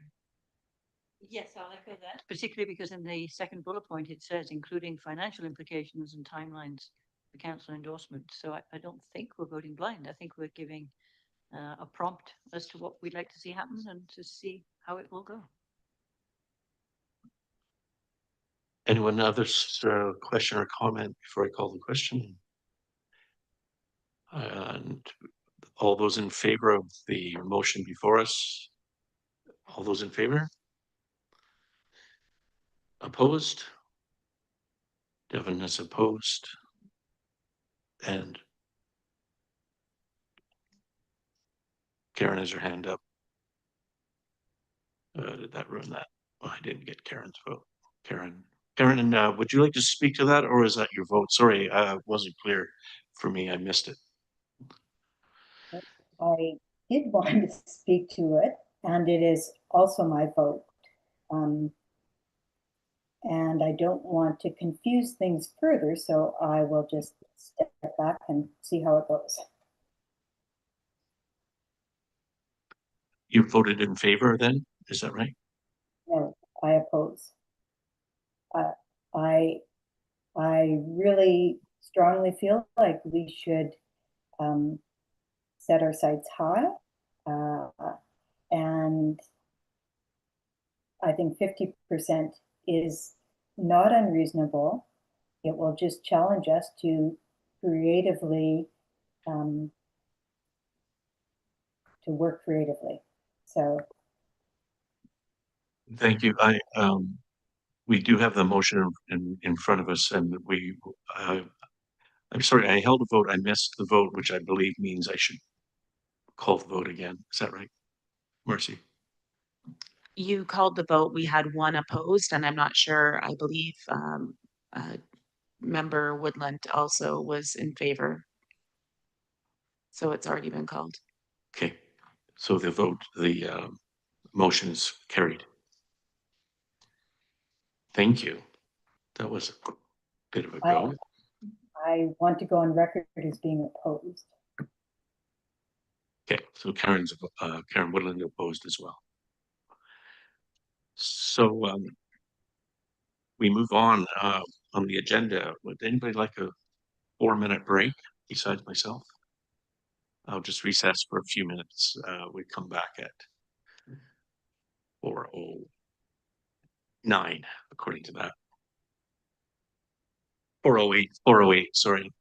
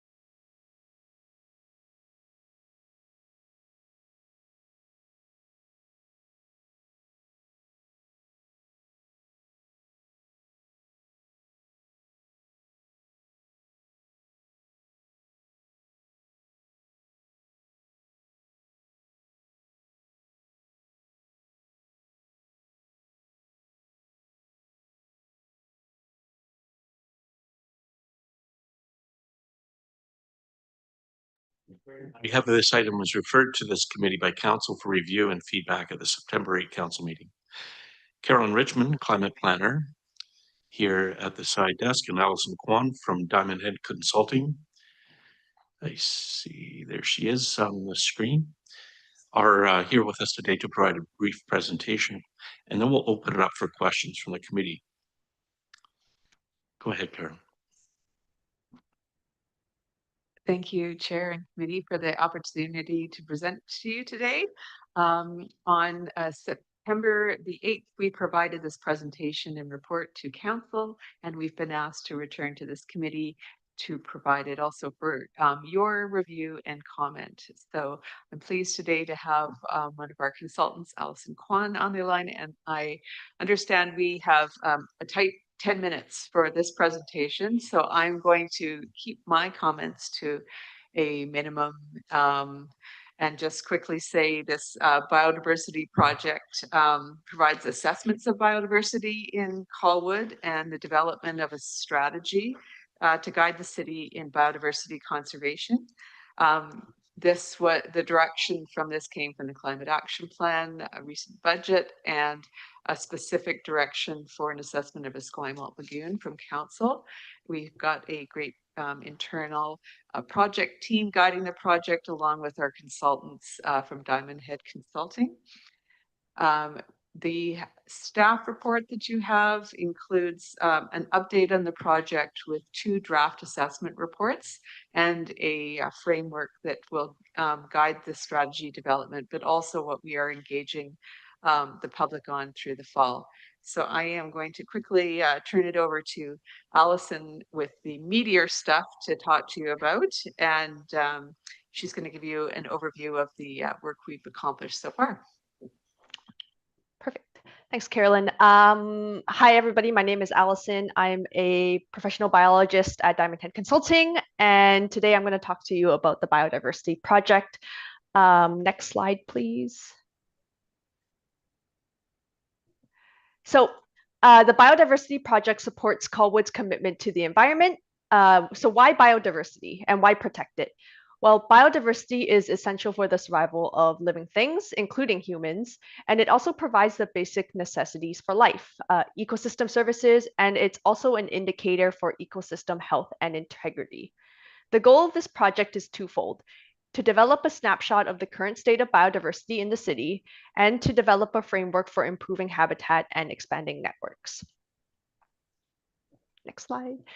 So work to date so far, we've recently completed the draft state of biodiversity report, as well as a draft framework, and we've had ongoing engagement for this project, which includes a online story map and survey, staff workshop, which we've had one of so far, and multiple committee presentations.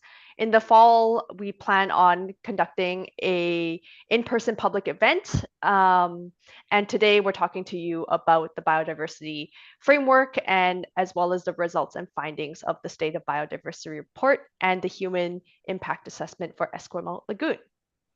Next slide. And we can skip over this one as well. So, as I mentioned before, I work for Diamond Head Consulting, and as a biologist, we conducted strategic site visits across the city for the purpose of verifying the accuracy of spatial data that we receive through the city, as well as to gain an understanding of ecological characteristics and conditions that can only be determined through an in-person assessment. So the map on the right shows a variety of sites that we visited across the city. Next slide, please.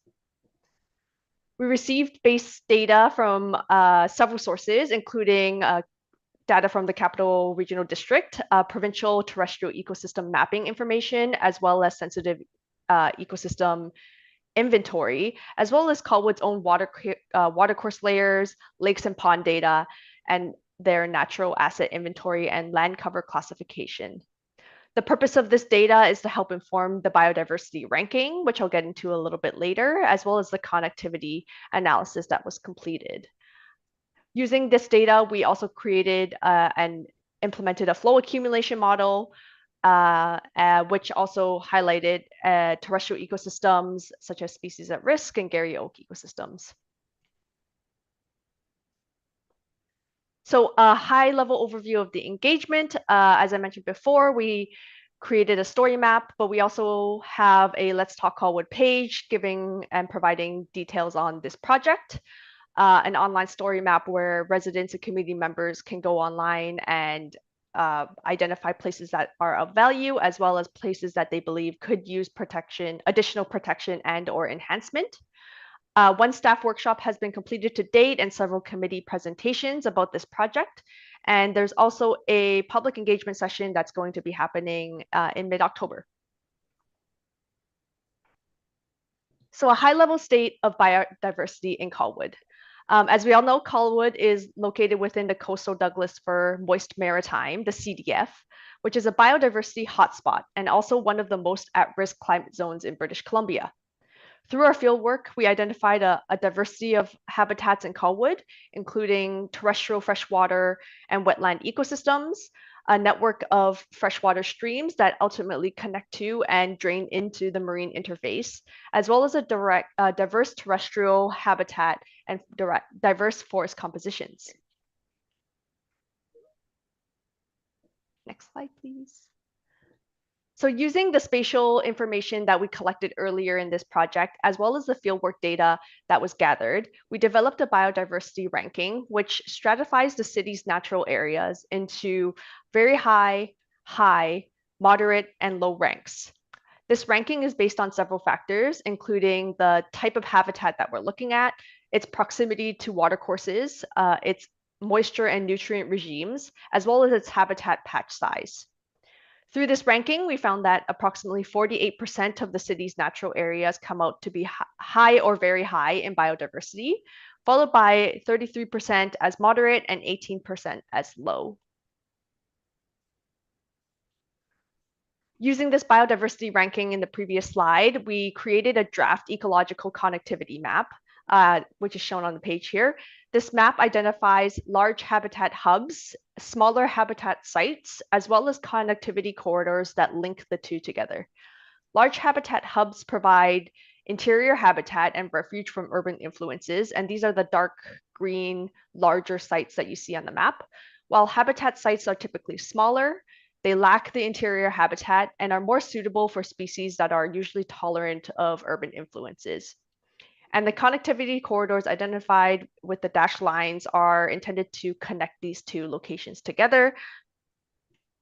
Next slide, please. And we can skip over this one.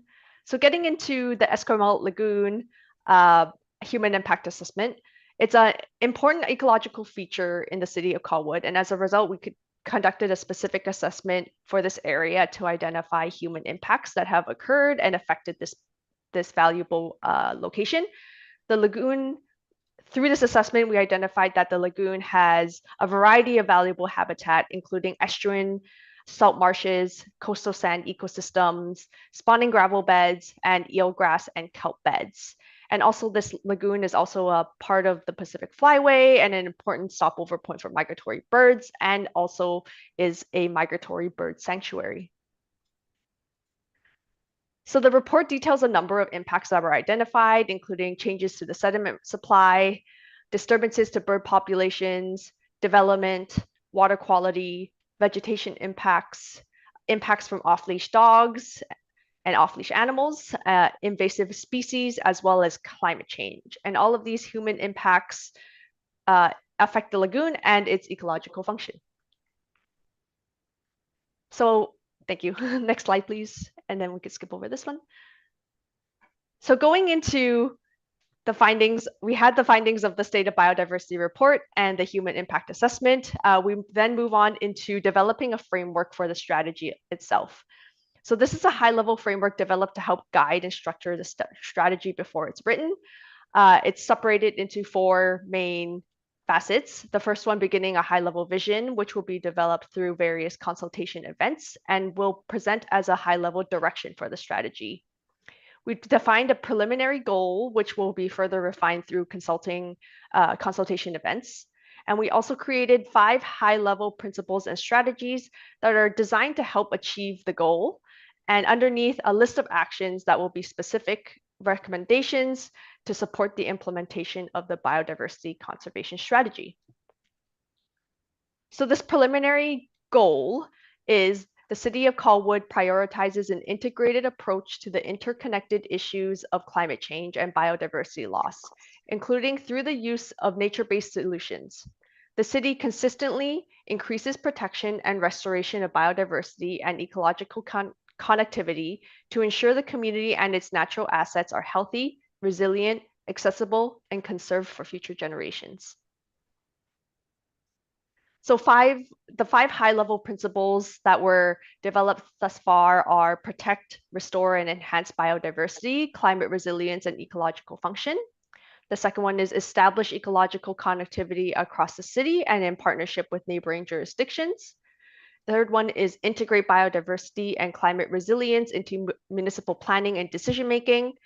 Fourth one is engage and involve the community to be environmental stewards and contribute towards biodiversity and climate action goals. And finally, develop policies and staff support to define and guide nature-based solutions that address climate action, other societal challenges, and provide measurable biodiversity benefits. And these principles ultimately will be implemented through smart actions and recommendations. I'll give it back to Carolyn. Yes, so very quickly, because we're at the end here, these two technical reports that you have will remain in draft until we take the draft strategy to council, which is anticipated in February, and that will allow for some further refinement.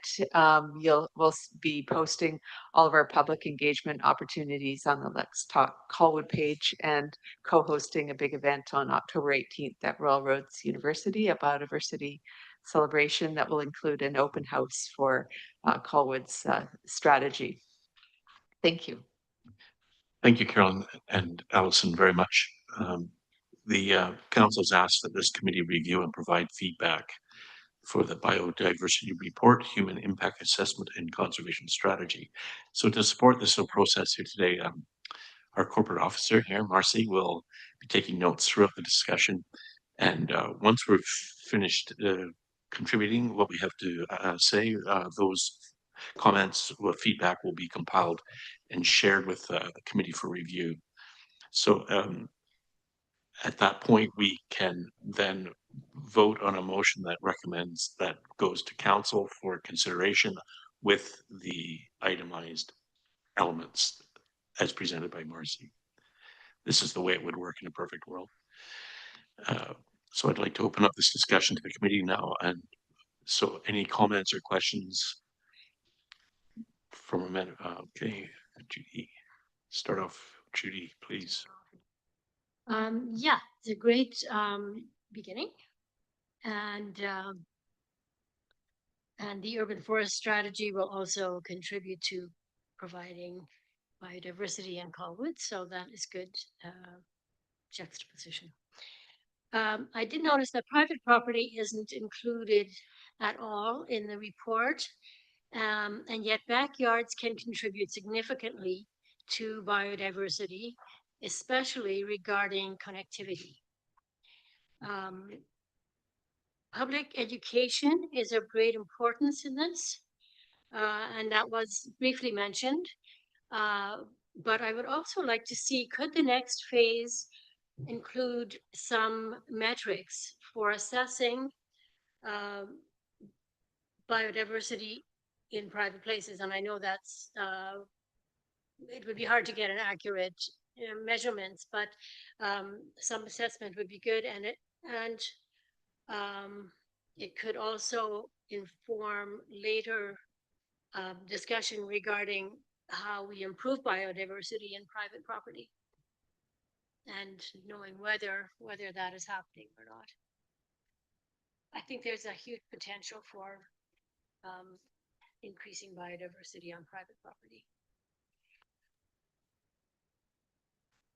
Thank you. And Carol.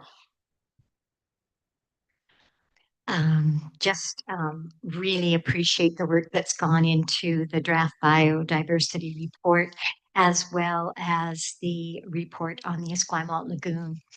Just commenting on some aspects of the draft biodiversity report that were mentioned that I think need particular emphasis is, and some of these might be addressed under other bylaw enforcement, such as urban forest protection. But I really appreciate that you've drawn attention to the reducing invasive species, requiring early detection and rapid response. I also appreciate that you have drawn attention to reducing the clearing of land for parking lots. That was mentioned, as well as reducing impervious surfaces. We look around Colwood and we can see that from one side of the property to the other, it is water cannot drain through anywhere except runoff. And the next point is reduce surface runoff carrying toxins such as the tire runoff, 6 ppOQ.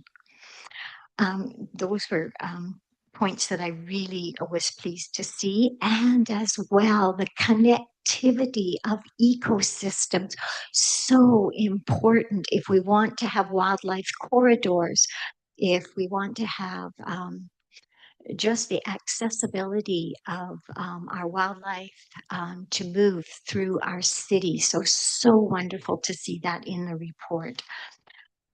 Moving on to the Esquimalt Lagoon,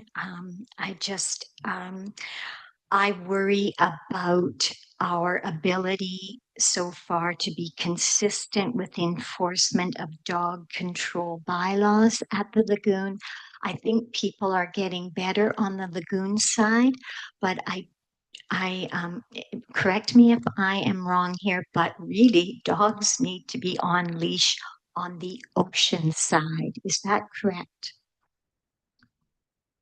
No, through the chair, the jurisdiction does end at what they refer to as the high water mark. So haven't looked into it in too much detail yet, but my understanding is that's the challenge with enforcement with dogs.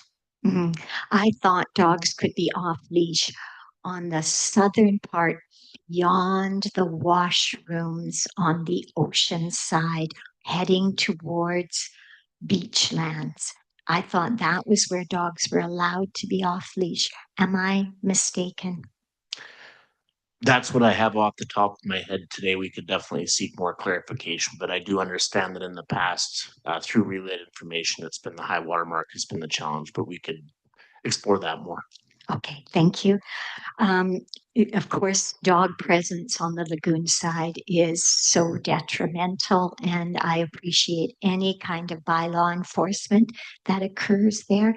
And I note that the signage is better than it was in the past. I think people hopefully are getting the message, but you do occasionally see that dogs are present on the lagoon side. So important. And I'm even wondering about establishing wildlife refuge zones, such as were mentioned in the Esquimalt Lagoon report. And I think it is probably time, if we really care about protecting that lagoon with high water, ocean rise, acidification, and other dangers that might be lurking in the future. If we really want to protect the 3 creeks that drain into the lagoon and the wildlife, the migratory animals, the birds that go there, I'm even wondering if we should consider a no kayaking, no boating in there to protect those animals. People are welcome to use their kayaks on the ocean side, but has the time come where we have to restrict it on the lagoon side to protect our ecosystem and our biodiversity? Just a question there to put out. I really like that you have brought forward incorporating green infrastructure that is nature-based, wonderful, upstream of those 3 creeks that feed in, to protect and enhance the riparian corridors. so important. And I really like that you've even gone so far as to mention, what do you have in mind for engaging in culvert retrofitting and construction of fish passable structures along Bee and Colwood Creeks? Really interesting, the idea of large woody debris in the culvert and gravel substrates. I'm not 100% sure what gravel substrates are, but if it's going to protect fish that might be spawning through the culvert, it sounds wonderful. I know that culverts are a deterrent, just left as they are, to young spawning fish. So kudos that you have delved into that. And yes, good work. Thank you. Thanks, Carol, very much. Karen Woodland, you have your hand up. Thank you. I have a couple of questions. First of all, I thought this was a terrific report. I almost wish it came first, because I sort of see biodiversity as the umbrella that, you know, the forest is part of, just as I see the environment as the umbrella that parks and recreation are a part of. But first question is on behalf of Charlotte Gorley, who's unable to be here today, and she noted no mention of drones and was wondering if your research had looked at the impacts, the human impacts of drones on migrating birds. I'll just ask the other two and then I'll stop. Your visual showed Ocean Boulevard, which runs the length of the Cobourg Peninsula. And I was really happy to see you talk about the existence of Pacific sandlands and surf smelt, critical feeder fish. And you also talk about 6 ppdqa, as Carol mentioned, but I don't recall reading anything about mitigating the impacts of the roadway and the traffic. Of course, the toxin comes from tires, so the more traffic, the more toxins impacting the fish. And so that was my second question. Has there been any discussion of road alterations in the interests of the ecosystem protection? And lastly, I just want to say that as the report really highlights, we live in perhaps the most endangered ecosystem in Canada, with some of the greatest species at risk and rarest habitat. And we have this competing crisis of habitat loss due in large part to urban development. We know the Premier is mandating increased housing. We see that tension.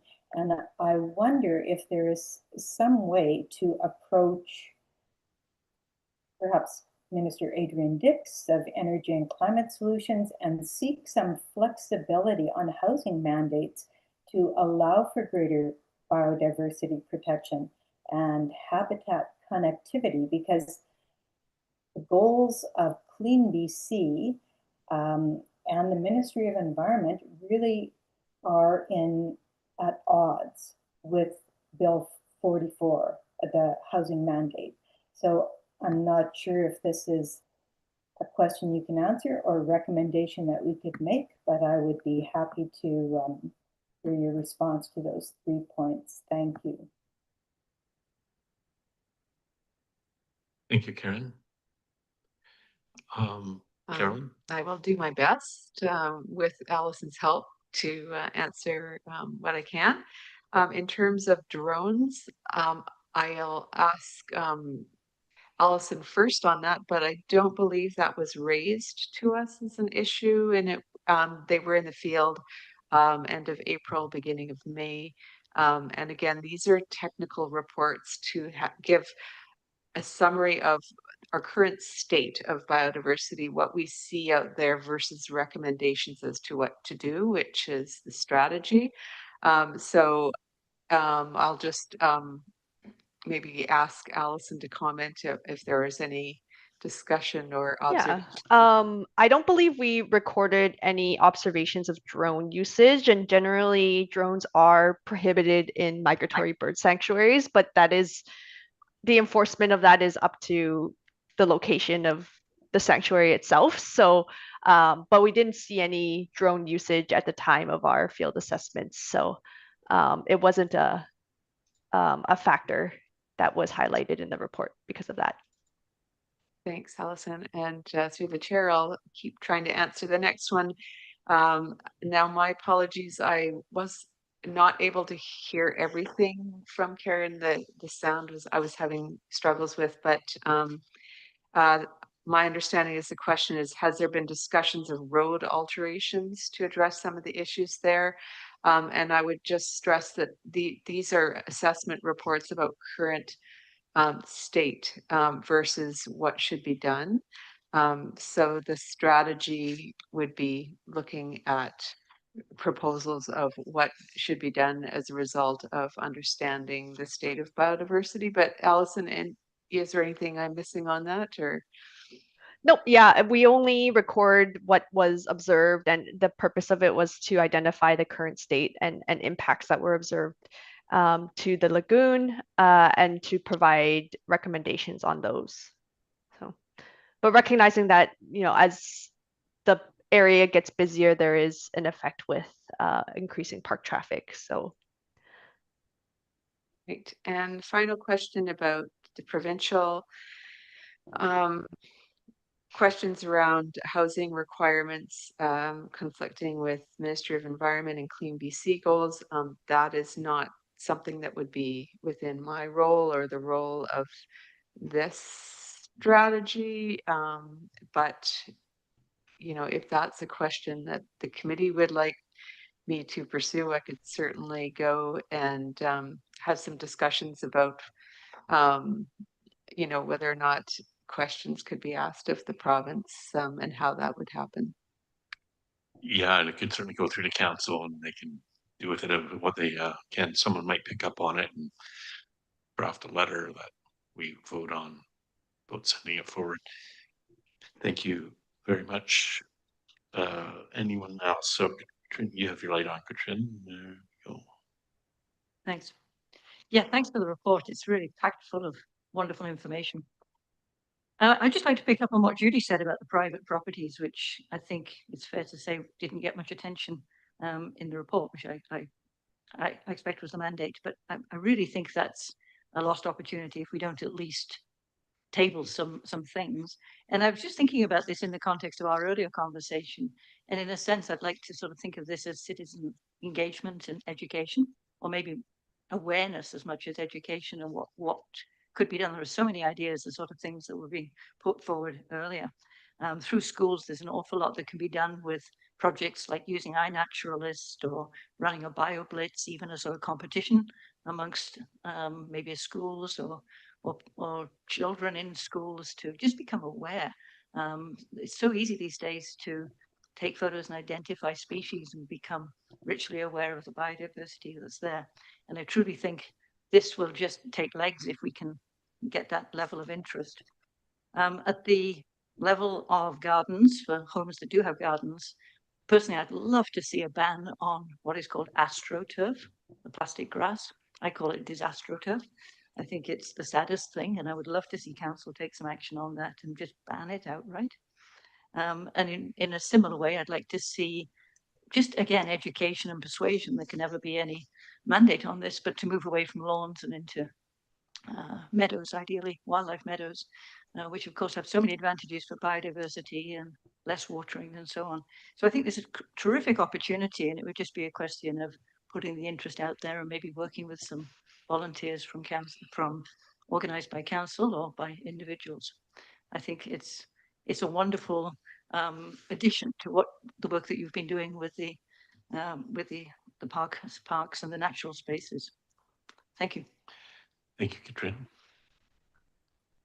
Devon, would you?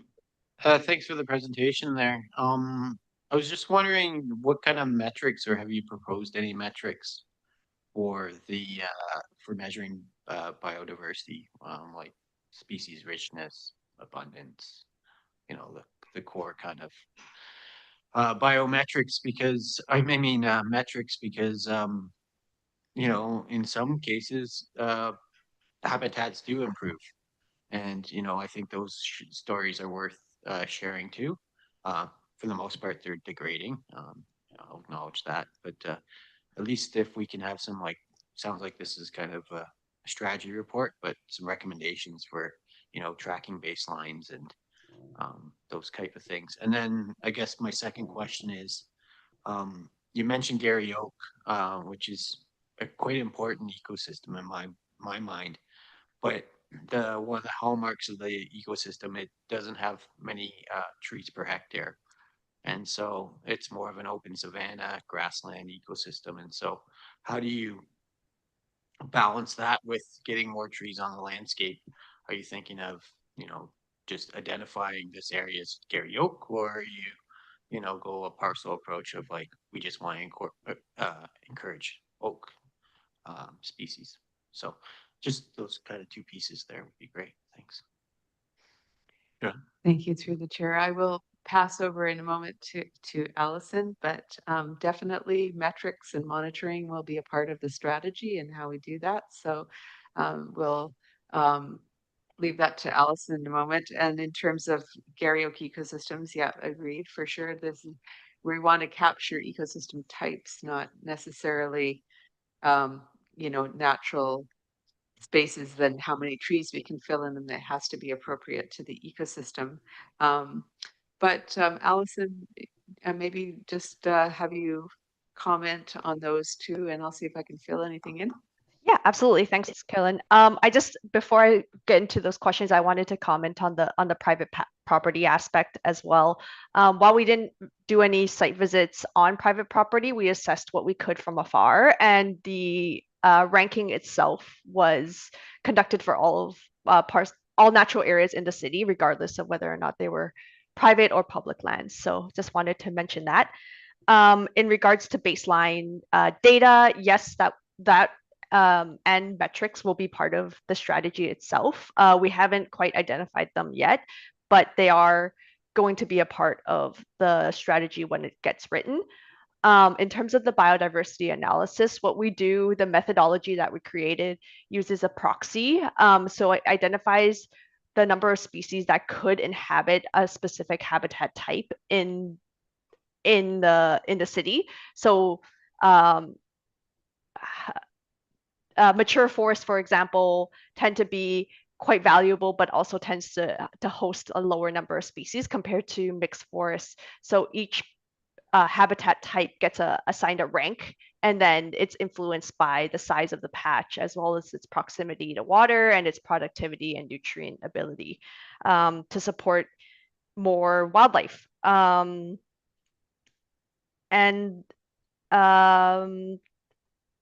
Did I answer all of your questions there, or am I missing anything? Sounds good. Very good. Thank you, Alison. Okay, perfect. Thank you. And I just want to add that when we're looking at natural areas and the biodiversity analysis, we are looking at creating functional ecosystems. So identifying the fact that, yeah, those Gary Oak savannas and those rocky outcrops have less trees, but functionally they're an important aspect and create and support a variety of habitat and wildlife in the city. Thank you very much. And Carol, please. Thank you. Just for future reference for the strategy, for implementation ideas, I just really, Katrin's idea really resonates with me, the idea of education and persuasion on private land, of people being encouraged maybe to plant trees on their front lawns.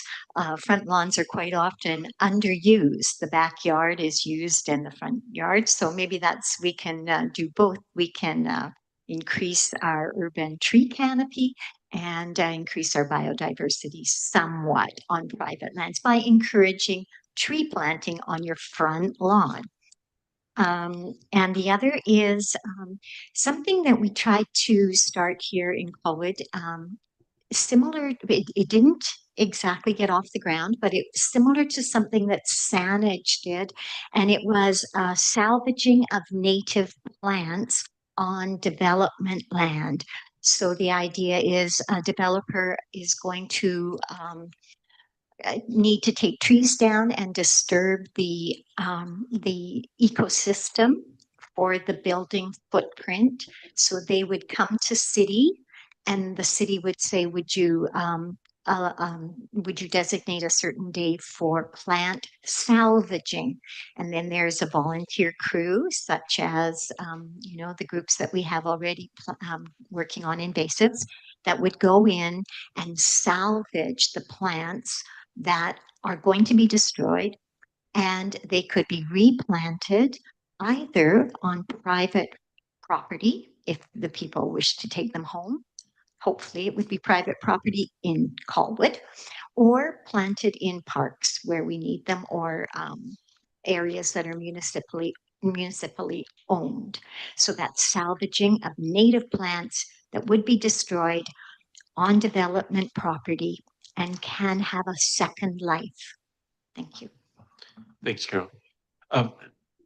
We could, Marcia, do you have some notes that you could put up of what we've just seen? And then I would ask for a recommendation from the Parks and Environment Committee to council for their consideration.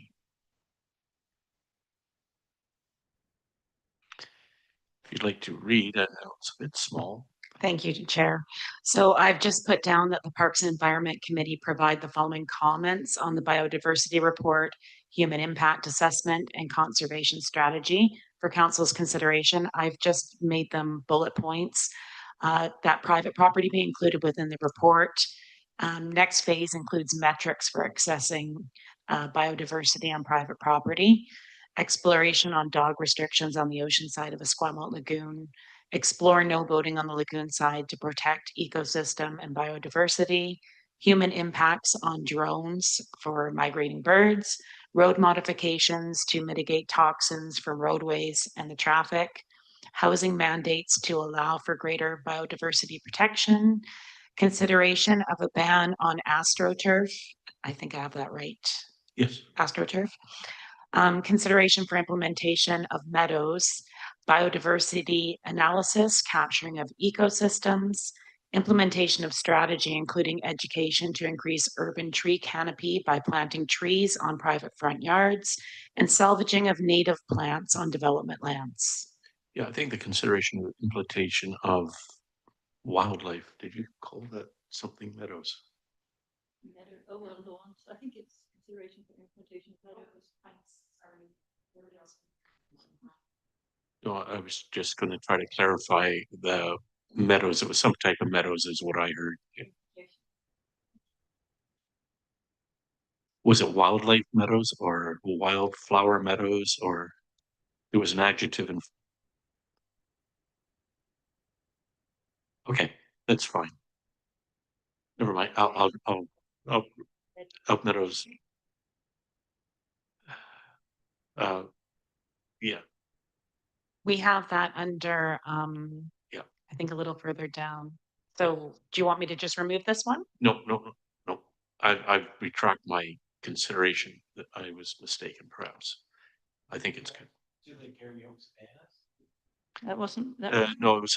I just thought that there was an adjective in front of meadows referring to them as Oh. wildflower or wild. Oh, native plant. Native plant meadows or something Yeah. like that. Yeah. Because yeah. Yes. I think that was something. Okay. Anyone else comment on the list? Yes. Okay, you gotta hit your button there. Judy, thank you. The first bullet, metrics for assessing, not accessing. Thank you. And sorry, Devin, you're up, and then I'll go with Karen.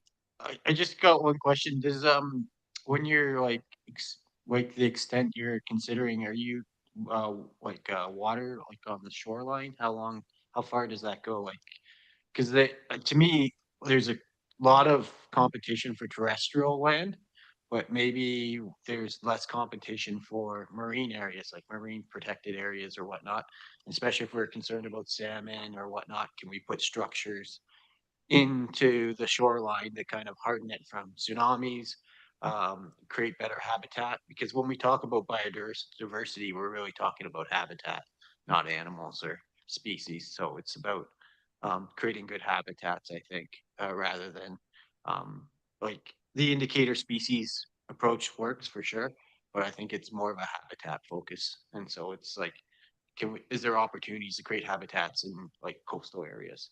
I don't know if it's 10 meters off the shoreline, 30 meters, not quite sure, but even for orcas and whatnot. Carolyn? Thank you for the question through the chair, and I'll hand it over to Alison in a second, but I'll just note that yeah, the biodiversity conservation strategy is looking at genetic, species, and ecosystem, all biodiversity, and we have to consider within the strategy for Colwood what's within our jurisdiction to do. So that could mean partnering in areas that, you know, in aquatic areas that are not within our jurisdiction, but we may not have, you know, control over some of those areas and what we can do, but certainly, you know, a broad look at what is possible is what we're trying to do here. Alison, anything more you want to add to that? Yeah, there's definitely approaches and actions that can be taken that can be considered as part of the biodiversity strategy, which helps mitigate for sea level rise. For example, there's a green shores approach that you can take, which highlights creating shore ecosystems that aren't engineered armored structures, and that helps both create a mitigate for sea level rise as well as create habitat for native ecosystem and native wildlife. So there's definitely recommendations that can be included. Thank you very much. And I'll point out the report, the map.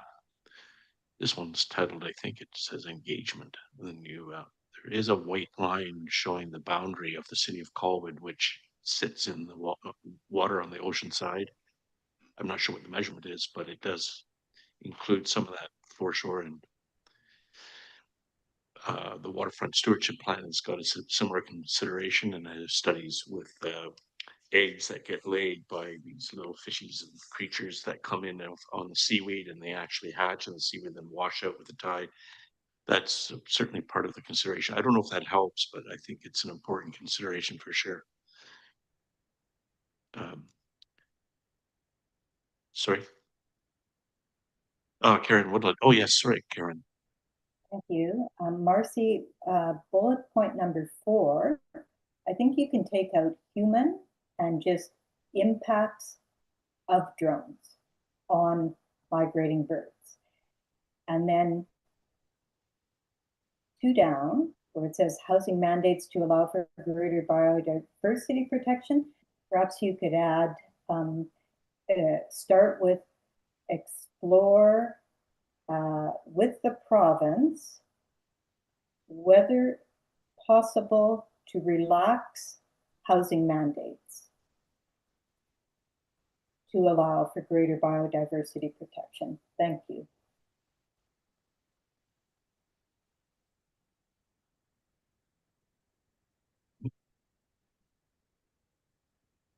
I think that looks good. So at this point, if there's no further comments, we can ask that I'd call for a motion to send this recommendation to council. Somebody want to make that motion?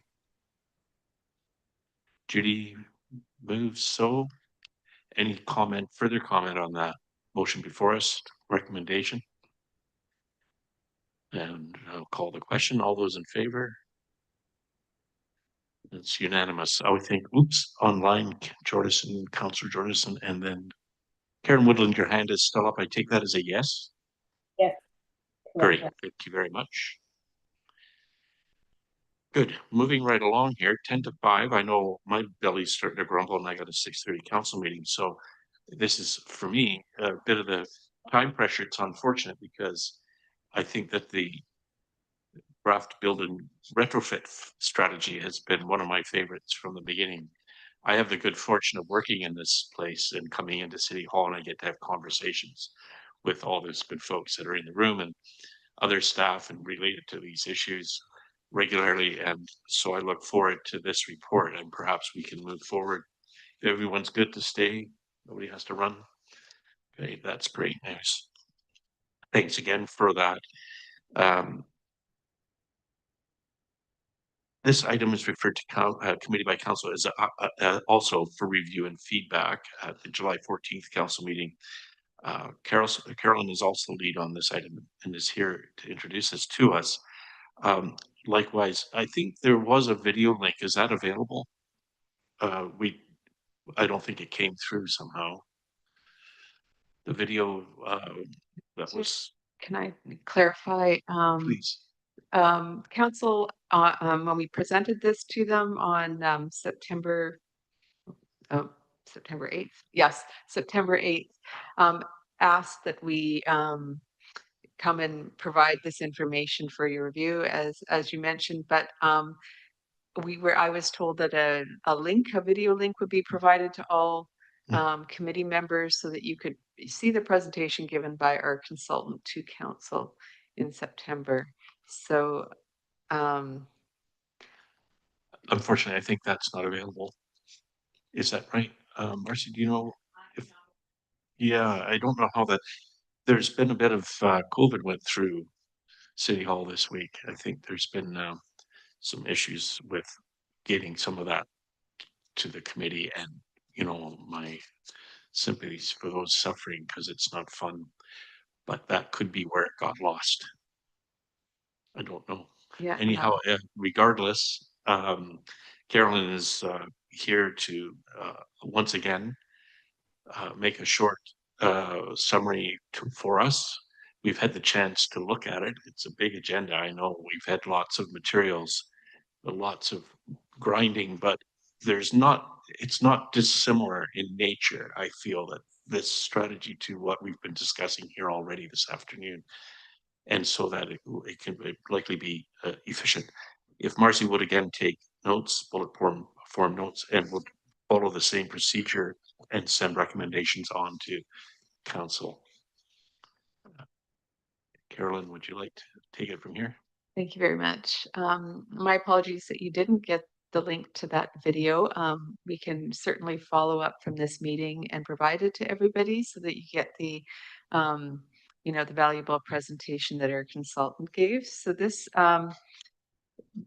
this strategy was raised due to the importance of homes and buildings as a key role in addressing climate change as the second highest source of greenhouse gas emissions in Colwood, 31% in 2022 of our community emissions. And our homes are also the place where we feel many of those climate impacts, and we will into the future. So this is an important issue. From May 2024 to July of this year, staff and consultants worked on the development of the building retrofit strategy to guide the city to scale up climate-related retrofits in existing buildings. So my intention today was just to make a few comments to highlight, assuming that you had already viewed the presentation. So I know we're lacking in time, so I'll just make a few brief points and then find out if there are any questions or requests at this point. And we have Byron here as well to help answer questions. Anyway, yes, this strategy and the ongoing work related to the strategy are to address reducing greenhouse gases emissions in existing buildings, to increase energy efficiency, and improve resilience in the changing climate.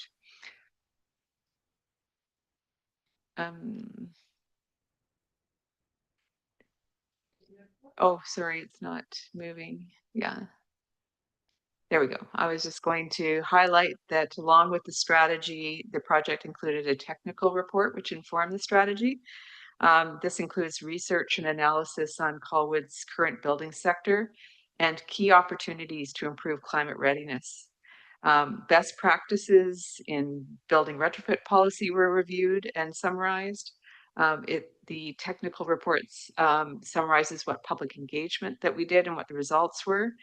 highlighted barriers that were identified to implementing low carbon and climate resilient retrofits, and gave a summary of the larger context of policies and programs, such as in the region and the province. And that's really important because it gives Colwood an opportunity to leverage what's going on in the bigger context. With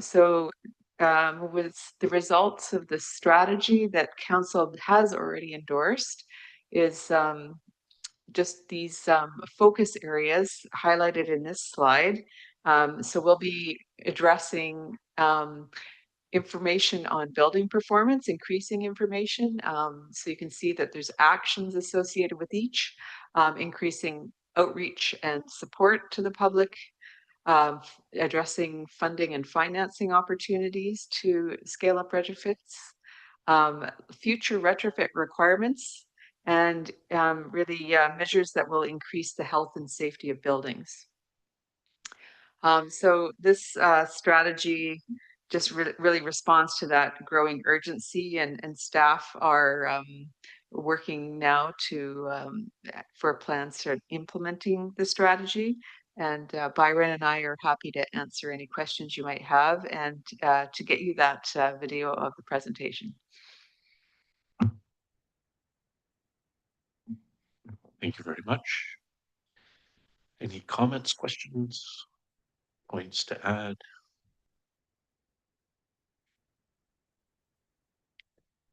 Devon, you're first on the list today. Okay. So just touching on previous meeting, one of the requests was Colwood, the city of Colwood becoming a leader in terms of getting panels on this building right that we sit in today. Those pay for themselves. I know when we first discussed it, solar was not an emphasis, I believe, in our climate strategy, and hopefully maybe there's been second thought about that. The other thing that stands out to me in terms of building retrofits, and this is not the homeowner, but big box stores, whether it's Buckerfields, I know this is out of our, it's a different municipality, but we're going to embark in these big box stores, and why they need to have 20-foot ceilings, or I don't know how many, it's beyond me. I don't understand. That's a lot of space, the heat and cool, and it just doesn't make sense. So that seems like to be a good building retrofit. And then in terms of safety, not really a climate thing, but just a spot to go on a rant here, sorry. But when a fire department approves a building structure for 100 people's capacity, if they have a double door that's locked, it should now be 50 people capacity. Like often when you go to double doors, there's only one door that's unlocked. And to me, that's a major safety overlook when you're evacuating people for a fire. So not really a climate thing, but certainly a building code thing, I think, that needs to be re-examined. May? Please, yes. If you know of any of those buildings, please let me know. Yeah. Reach out anytime. Yeah. Thank you. The solar, Carolyn, did you? Sorry, I just wanted to speak to your first comment on the Colwood as leader. And we actually have put in some funding applications with the FCM to do exactly that. We're waiting to hear back on retrofit planning for community buildings, and pending the results of a facility review to put in our application again for retrofit planning for all municipal buildings. So we appreciate the comment there. Just wanted to provide that extra context. And do we have any, I thought about $180,000 or something was in the budget for 2025 to contribute to solar. Was that targeted at the Public Works building perhaps, which is still in the design, like kind of, do you know, Byron, off the top of your head? Unfortunately, I don't have that information on the top of my head. But just in response to his comment about, or question about solar, I think there was some money budgeted. So I imagine that's in the pipeline. It's a start. In my experience at my home with solar and battery storage and other such systems, the price is dropping rapidly, and efficiencies are rising rapidly. And those two things, it almost for a few years, it's almost like for 10 years, people have been waiting because every time they turn around, it's cheaper and more efficient. So when is that going to stop? You know, kind of wait, you know, but we just installed a battery storage and the price is crazy low compared to what it was just a year ago. So those kind of things are going, and I just remind folks that a dollar saved is $1.40 you don't have to earn. There's a significant efficiency in that alone, and I don't think that kind of get the implication in the report that cost is always a problem, especially for private residences and folks budgeting for such improvements or changes. And I don't disagree. It's not cheap work. It's always cost tens of thousands of dollars. But to keep that in mind, that if you're striving towards savings, not to forget that saving does it's before tax dollars that you're saving, not after tax dollars. And then you put that into an investment, and then there's another return. So the return on the change can be, I think the solar companies now are saying something like 7% is how they advise people to think of the money going into that kind of a savings. You still have to pay off the capital, of course, but so some of that kind of thing I think would come up in the home navigator item that you reference in the report, and some of those guides that are used. I think the CRD's got a good one, and they probably reference that kind of information. Karen. Thank you, David. Following up on what you said, I'm so pleased to hear solar mentioned often. A year and a half ago, we presented a report to council to make Colwood a renewable energy municipal model. I think we can still do that.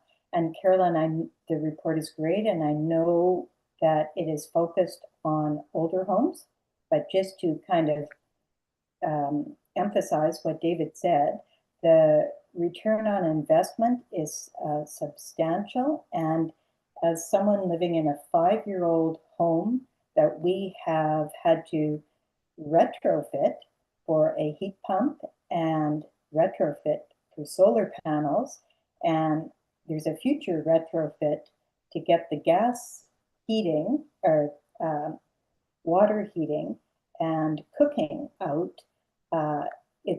There is a huge opportunity that I feel is being lost because Colwood, of course, has so much new development.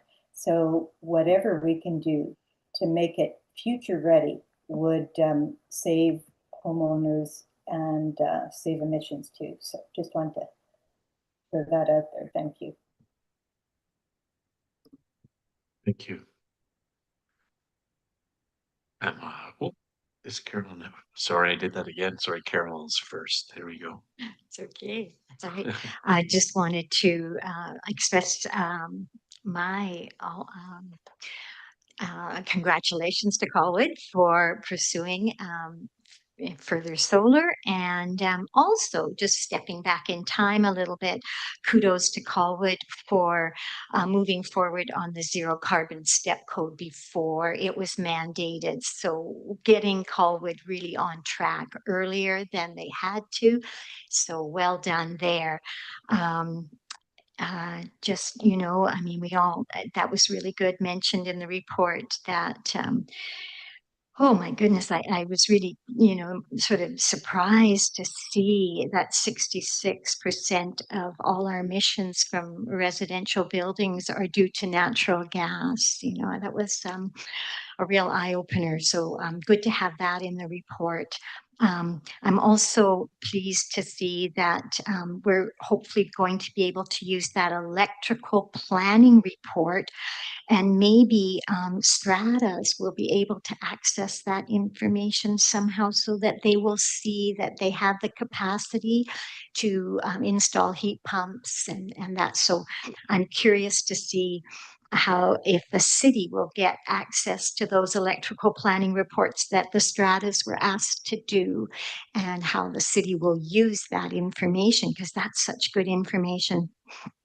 I'm also pleased to see the City of Colwood is participating in the highest efficiency equipment standards when they come out, the HEES standards.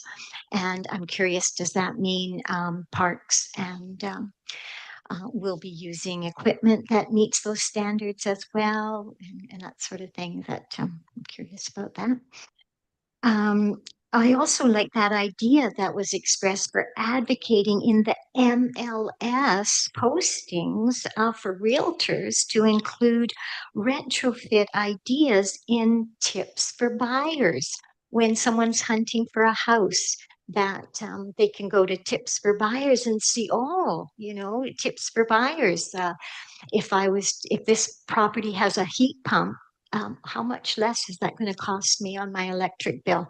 Really good to have that. You know, we want to see more commercial and residential movement towards solar. So any way we can encourage that. I know myself, 10 years ago, we put up 15 panels, or 10 years ago, we put up 10 panels. They were, you know, the state of the art then, but boy, we're putting up 7 more next month. We put 5 up a few years ago. Every time we put them up, we just get so much more out of them. So good stories that you can get from residents in Colwood, just like David was telling us his story and Erin was telling us hers. It's really nice that you're trying to get those stories out there because people relate to those stories from people that live down the street, you know, makes sense to them. I like that indoor temperature requirement for a safe room in MERBs. I think that's great.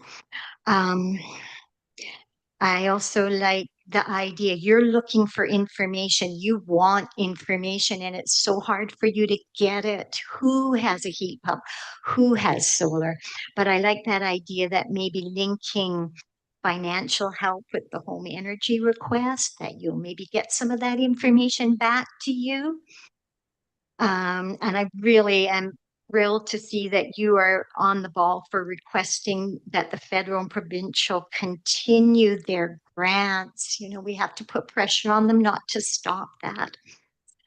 Under the health and safety aspect, that last category, this is an area that we have control in our municipality. There are areas that we don't, but we do have the health and safety of our citizens under some of our control. And so, you know, just the whole idea of the use of natural gas on May 2nd, 2025, just for a point of note, there was a 1-inch gas line severed in the Quadra Village. That was just this past May, and it spewed gas out onto a house. Firefighters saved that house due to a quick response. On August 22nd, 2025, 6 homes in Parksville had to be evacuated due to a gas leak. Gas, based on these sorts of stories, definitely has its drawbacks.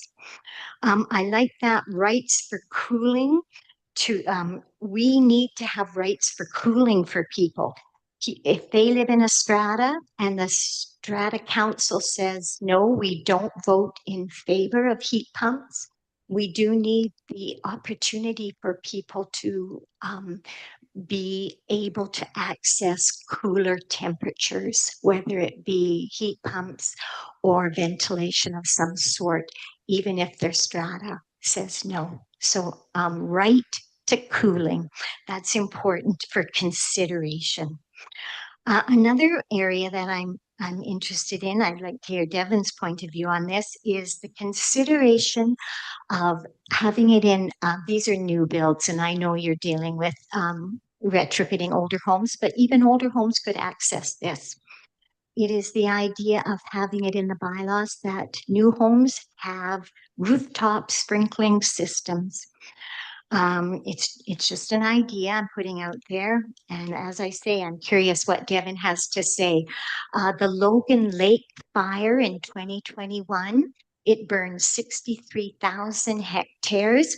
Before the fire, they did a little project out of Fire Smart, I think it's called, and they put on the rooftops of 250 homes sprinklers. Not one of those structures received damage during the fire. And of the other homes, 500 homes, 15% with no sprinkling system on the rooftop experienced significant damage or total loss. In Paradise, California, their big fire that they had, it was 183,000 hectares were destroyed. 18,804 structures were burned, and they had, unfortunately, 84 fatalities. 50 of those 18,000 homes had sprinklers. 87% of those homes survived. So just some interesting statistics. We're thinking to the future. And we do have interface here in Colwood with Forest. And, would this be something we would want to pursue? Sprinklers on the rooftops. Thank you. Thank you, Carol. I'll just add that the insurance industry, I think, would have something to say about quite a bit of this, improving the security of the energy efficiency of houses. And in reference, I think it was in this report about the oil tanks. Many years ago at our house, we had got a letter and we would not qualify for home insurance if we did not remove our oil tank from inside the house. And the cost to meet those requirements outdoors on a concrete pad, a certain number of feet away from the house, meant that the cost of the new oil tank, because you have to also remove the old one, was going to be greater than the cost of switching to natural gas furnace, which we indeed did then before we've then purchased a heat pump. That was many years ago. So I think the insurance industry is driving that change. Presumably, they know where they are. I don't know. That's just a thought. And then also this idea of the real estate partners and their rate, talking about different features of the house. Perhaps they develop a energy rating number, like you have your walkability score for a home. I just thought of that while we were going through it. Just a quick one. Pamela. Thank you. Really quick, hopefully this is a quick question. I'm just wondering, in terms of a little bit of what Karen Woodland was saying about, leading by example. Where are we at with possibly getting solar on the high school? Do either of you want to tackle that one? Sorry, I haven't had many answers for you today. Was there a previous initiative for that I'm not aware of? Well, I was in the room with a couple things with Ravi Parmar some years ago, and the engineers with SUP District 62 claimed it was going to be a 110-year payback. So that was kiboshed. Subsequent, the new school, the Stiletto School on Latoria, has got solar on the roof, as does the new school up in Langford.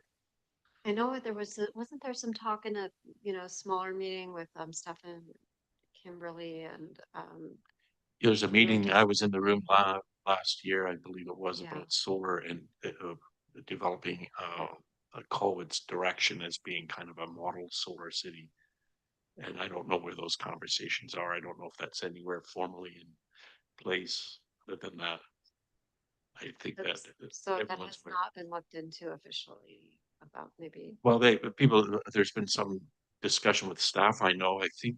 Do you remember? Either of you remember anything? If I recall correctly, the presentation was brought to council, but council didn't vote on it, so there was no motion or request to staff. Unless I might be wrong, but that's my memory of it. Right. So maybe it's an opportunity now then just to recommend to council to revisit solar leadership role for the city.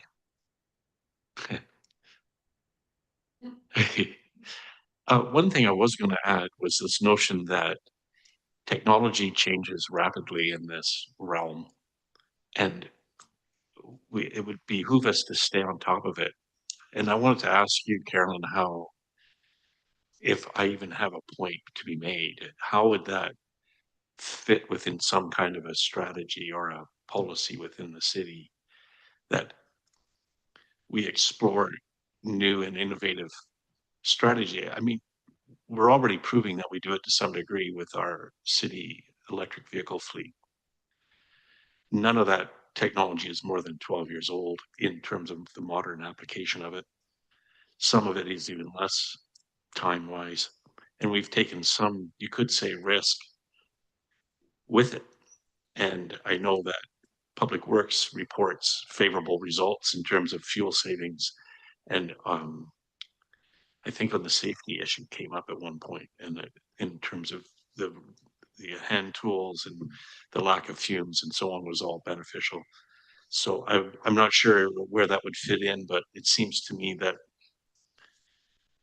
it's almost like if we don't adopt something because it's too new, we should look at it in a year, because chances are it's not new anymore. And yeah, so anyway, that's just an idea. Devin. Yeah, I just wanted to keep this going on, but I'm just wondering, like, do you know where the net metering is with BC Hydro? Like, if I bought solar panels, could I sell the extra power back to the company to help pay for the solar panels? That's the correct assumption.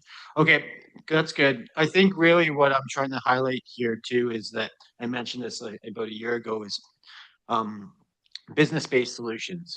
So stuff that pay for themselves, you know, batteries, heat pumps, solar panels. Those make sense to me in terms of like that should be almost the feature of the plan, because if we just have to put up $10 but we get $15 back in 5 years, that makes good sense, financial sense and environmental sense. And so I think, you know, rather than plant trees don't, not that I'm against planting trees, don't get me wrong, but there's no financial payback with trees other than the environmental and social costs that we all enjoy, those kind of benefits. But really taking a dollars and cents approach makes sense to me in terms of like making these things pay for themselves, so that's strategic. Yeah, thank you. That chair, if I may. Yes. Yeah, definitely one of the main, and Carolyn, you could probably articulate better than me, but you know, definitely one of the main things that we gathered for this retrofit strategy and what we need to improve on is education. I mean, a lot of people don't know what's available, what makes sense. And, you know, if there's one thing, you know, that would be considered low hanging fruit, as you mentioned, Carol, you know, it's hard to know where we're starting from. We'll work at that. But I mean, education and letting people know what the payback would look like, that's definitely something we can do and would like to promote. Thank you very much for that. And again, I'll call Marcy if you do have, did you manage to, oh, I have a hand up. Karen, sorry, Karen, I missed you again almost. Please. No problem. I have a dark-skinned hand, which just proves that dark-skinned people are more invisible. I would like to suggest further to what Devin was mentioning, that the municipality of Saanich is offering a solar workshop for residents in conjunction with the BC Sustainable Energy Association. So Byron, I think that would go a long ways to educate those who are interested in making a good investment what they need to know. Thank you. Marcy, do you have your comment? Oh, I thought following comments. It is small. I'll read through quick. Colleagues, a leader. Sorry, you're going to read them? Great. Okay, so thank you, Chair. That the draft Parks and Environment Committee provide the following comments on the draft building retrofit strategy for Council's consideration. Colwood as a leader for retrofitting of municipal/community buildings. Colwood being a renewable energy model. Electrical planning reports. How will the city use that information? Will parks use equipment that meets standards? Good initiatives, or good initiative to have MLS, I just put real estate in brackets, to include retrofit ideas for buyers, encourage commercial and residential retrofitting, health and safety concerns, or safety of citizens, concerns with natural gas, cooling rights for residents, consideration of homes having rooftop sprinkler systems, revisit solar leadership for Colwood, including education, and business-made solutions inclusion with the plan, savings for implementation. Thank you, Marcy. Carolyn? Sorry, I just note that this is not a draft strategy. It was adopted by council in July. So the opening sentence, if you can remove draft, that would be great. Thanks. Perfect. And the heading itself, 5.3 draft building. Would anybody like to comment further? Oh, I'm sorry, I was blocked by the other microphone. There we go. Carol, please. Would it be possible just to add HEES where it is the 4 bullet? Will parks use equipment that meets HEES standards? Thank you.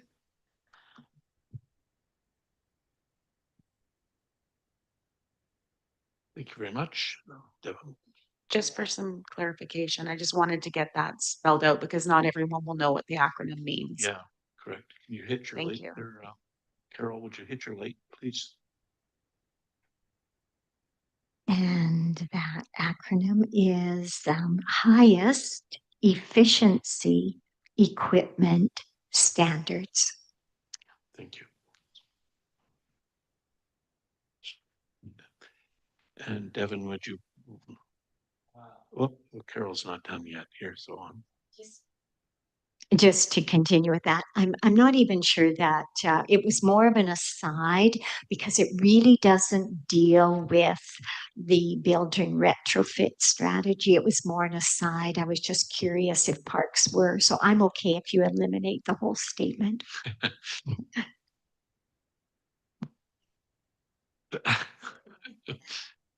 And Devin, you're gonna have to hit your button again. Thanks. There, thank you, Devin.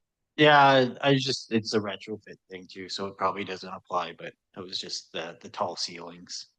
That's kind of for new buildings, if we're gonna build like new grocery stores and stuff. It's not try to build them unless there's a good reason for it, but I can't think of a good reason to have a 20-foot ceiling and heat all over cool that space. It just seems wasteful. It's not You had the cooling rights for residents, but I was gonna say you can tie in the tall ceilings as a building code, but this is retrofit, so it probably doesn't apply, I guess. But if you guys do building codes, I don't know the scope here. There, Carolyn. Or is it outside the scope? It's kind of a code thing.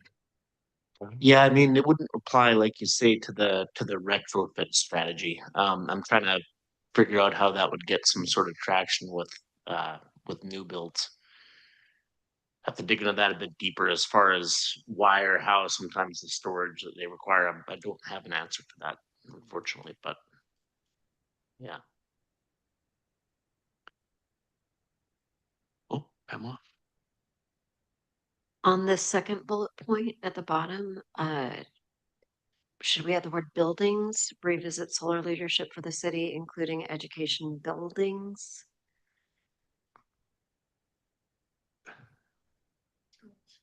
Or schools, or if you want to say schools or something, Yeah. education building.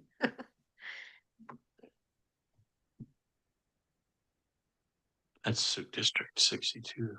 May I make a suggestion? Yes. Educational buildings Educational buildings. or schools. Schools. But it's also public education, correct? You remove. Oh, Aaron, please. The solar leadership for the city, including resident education and installations on buildings. including schools.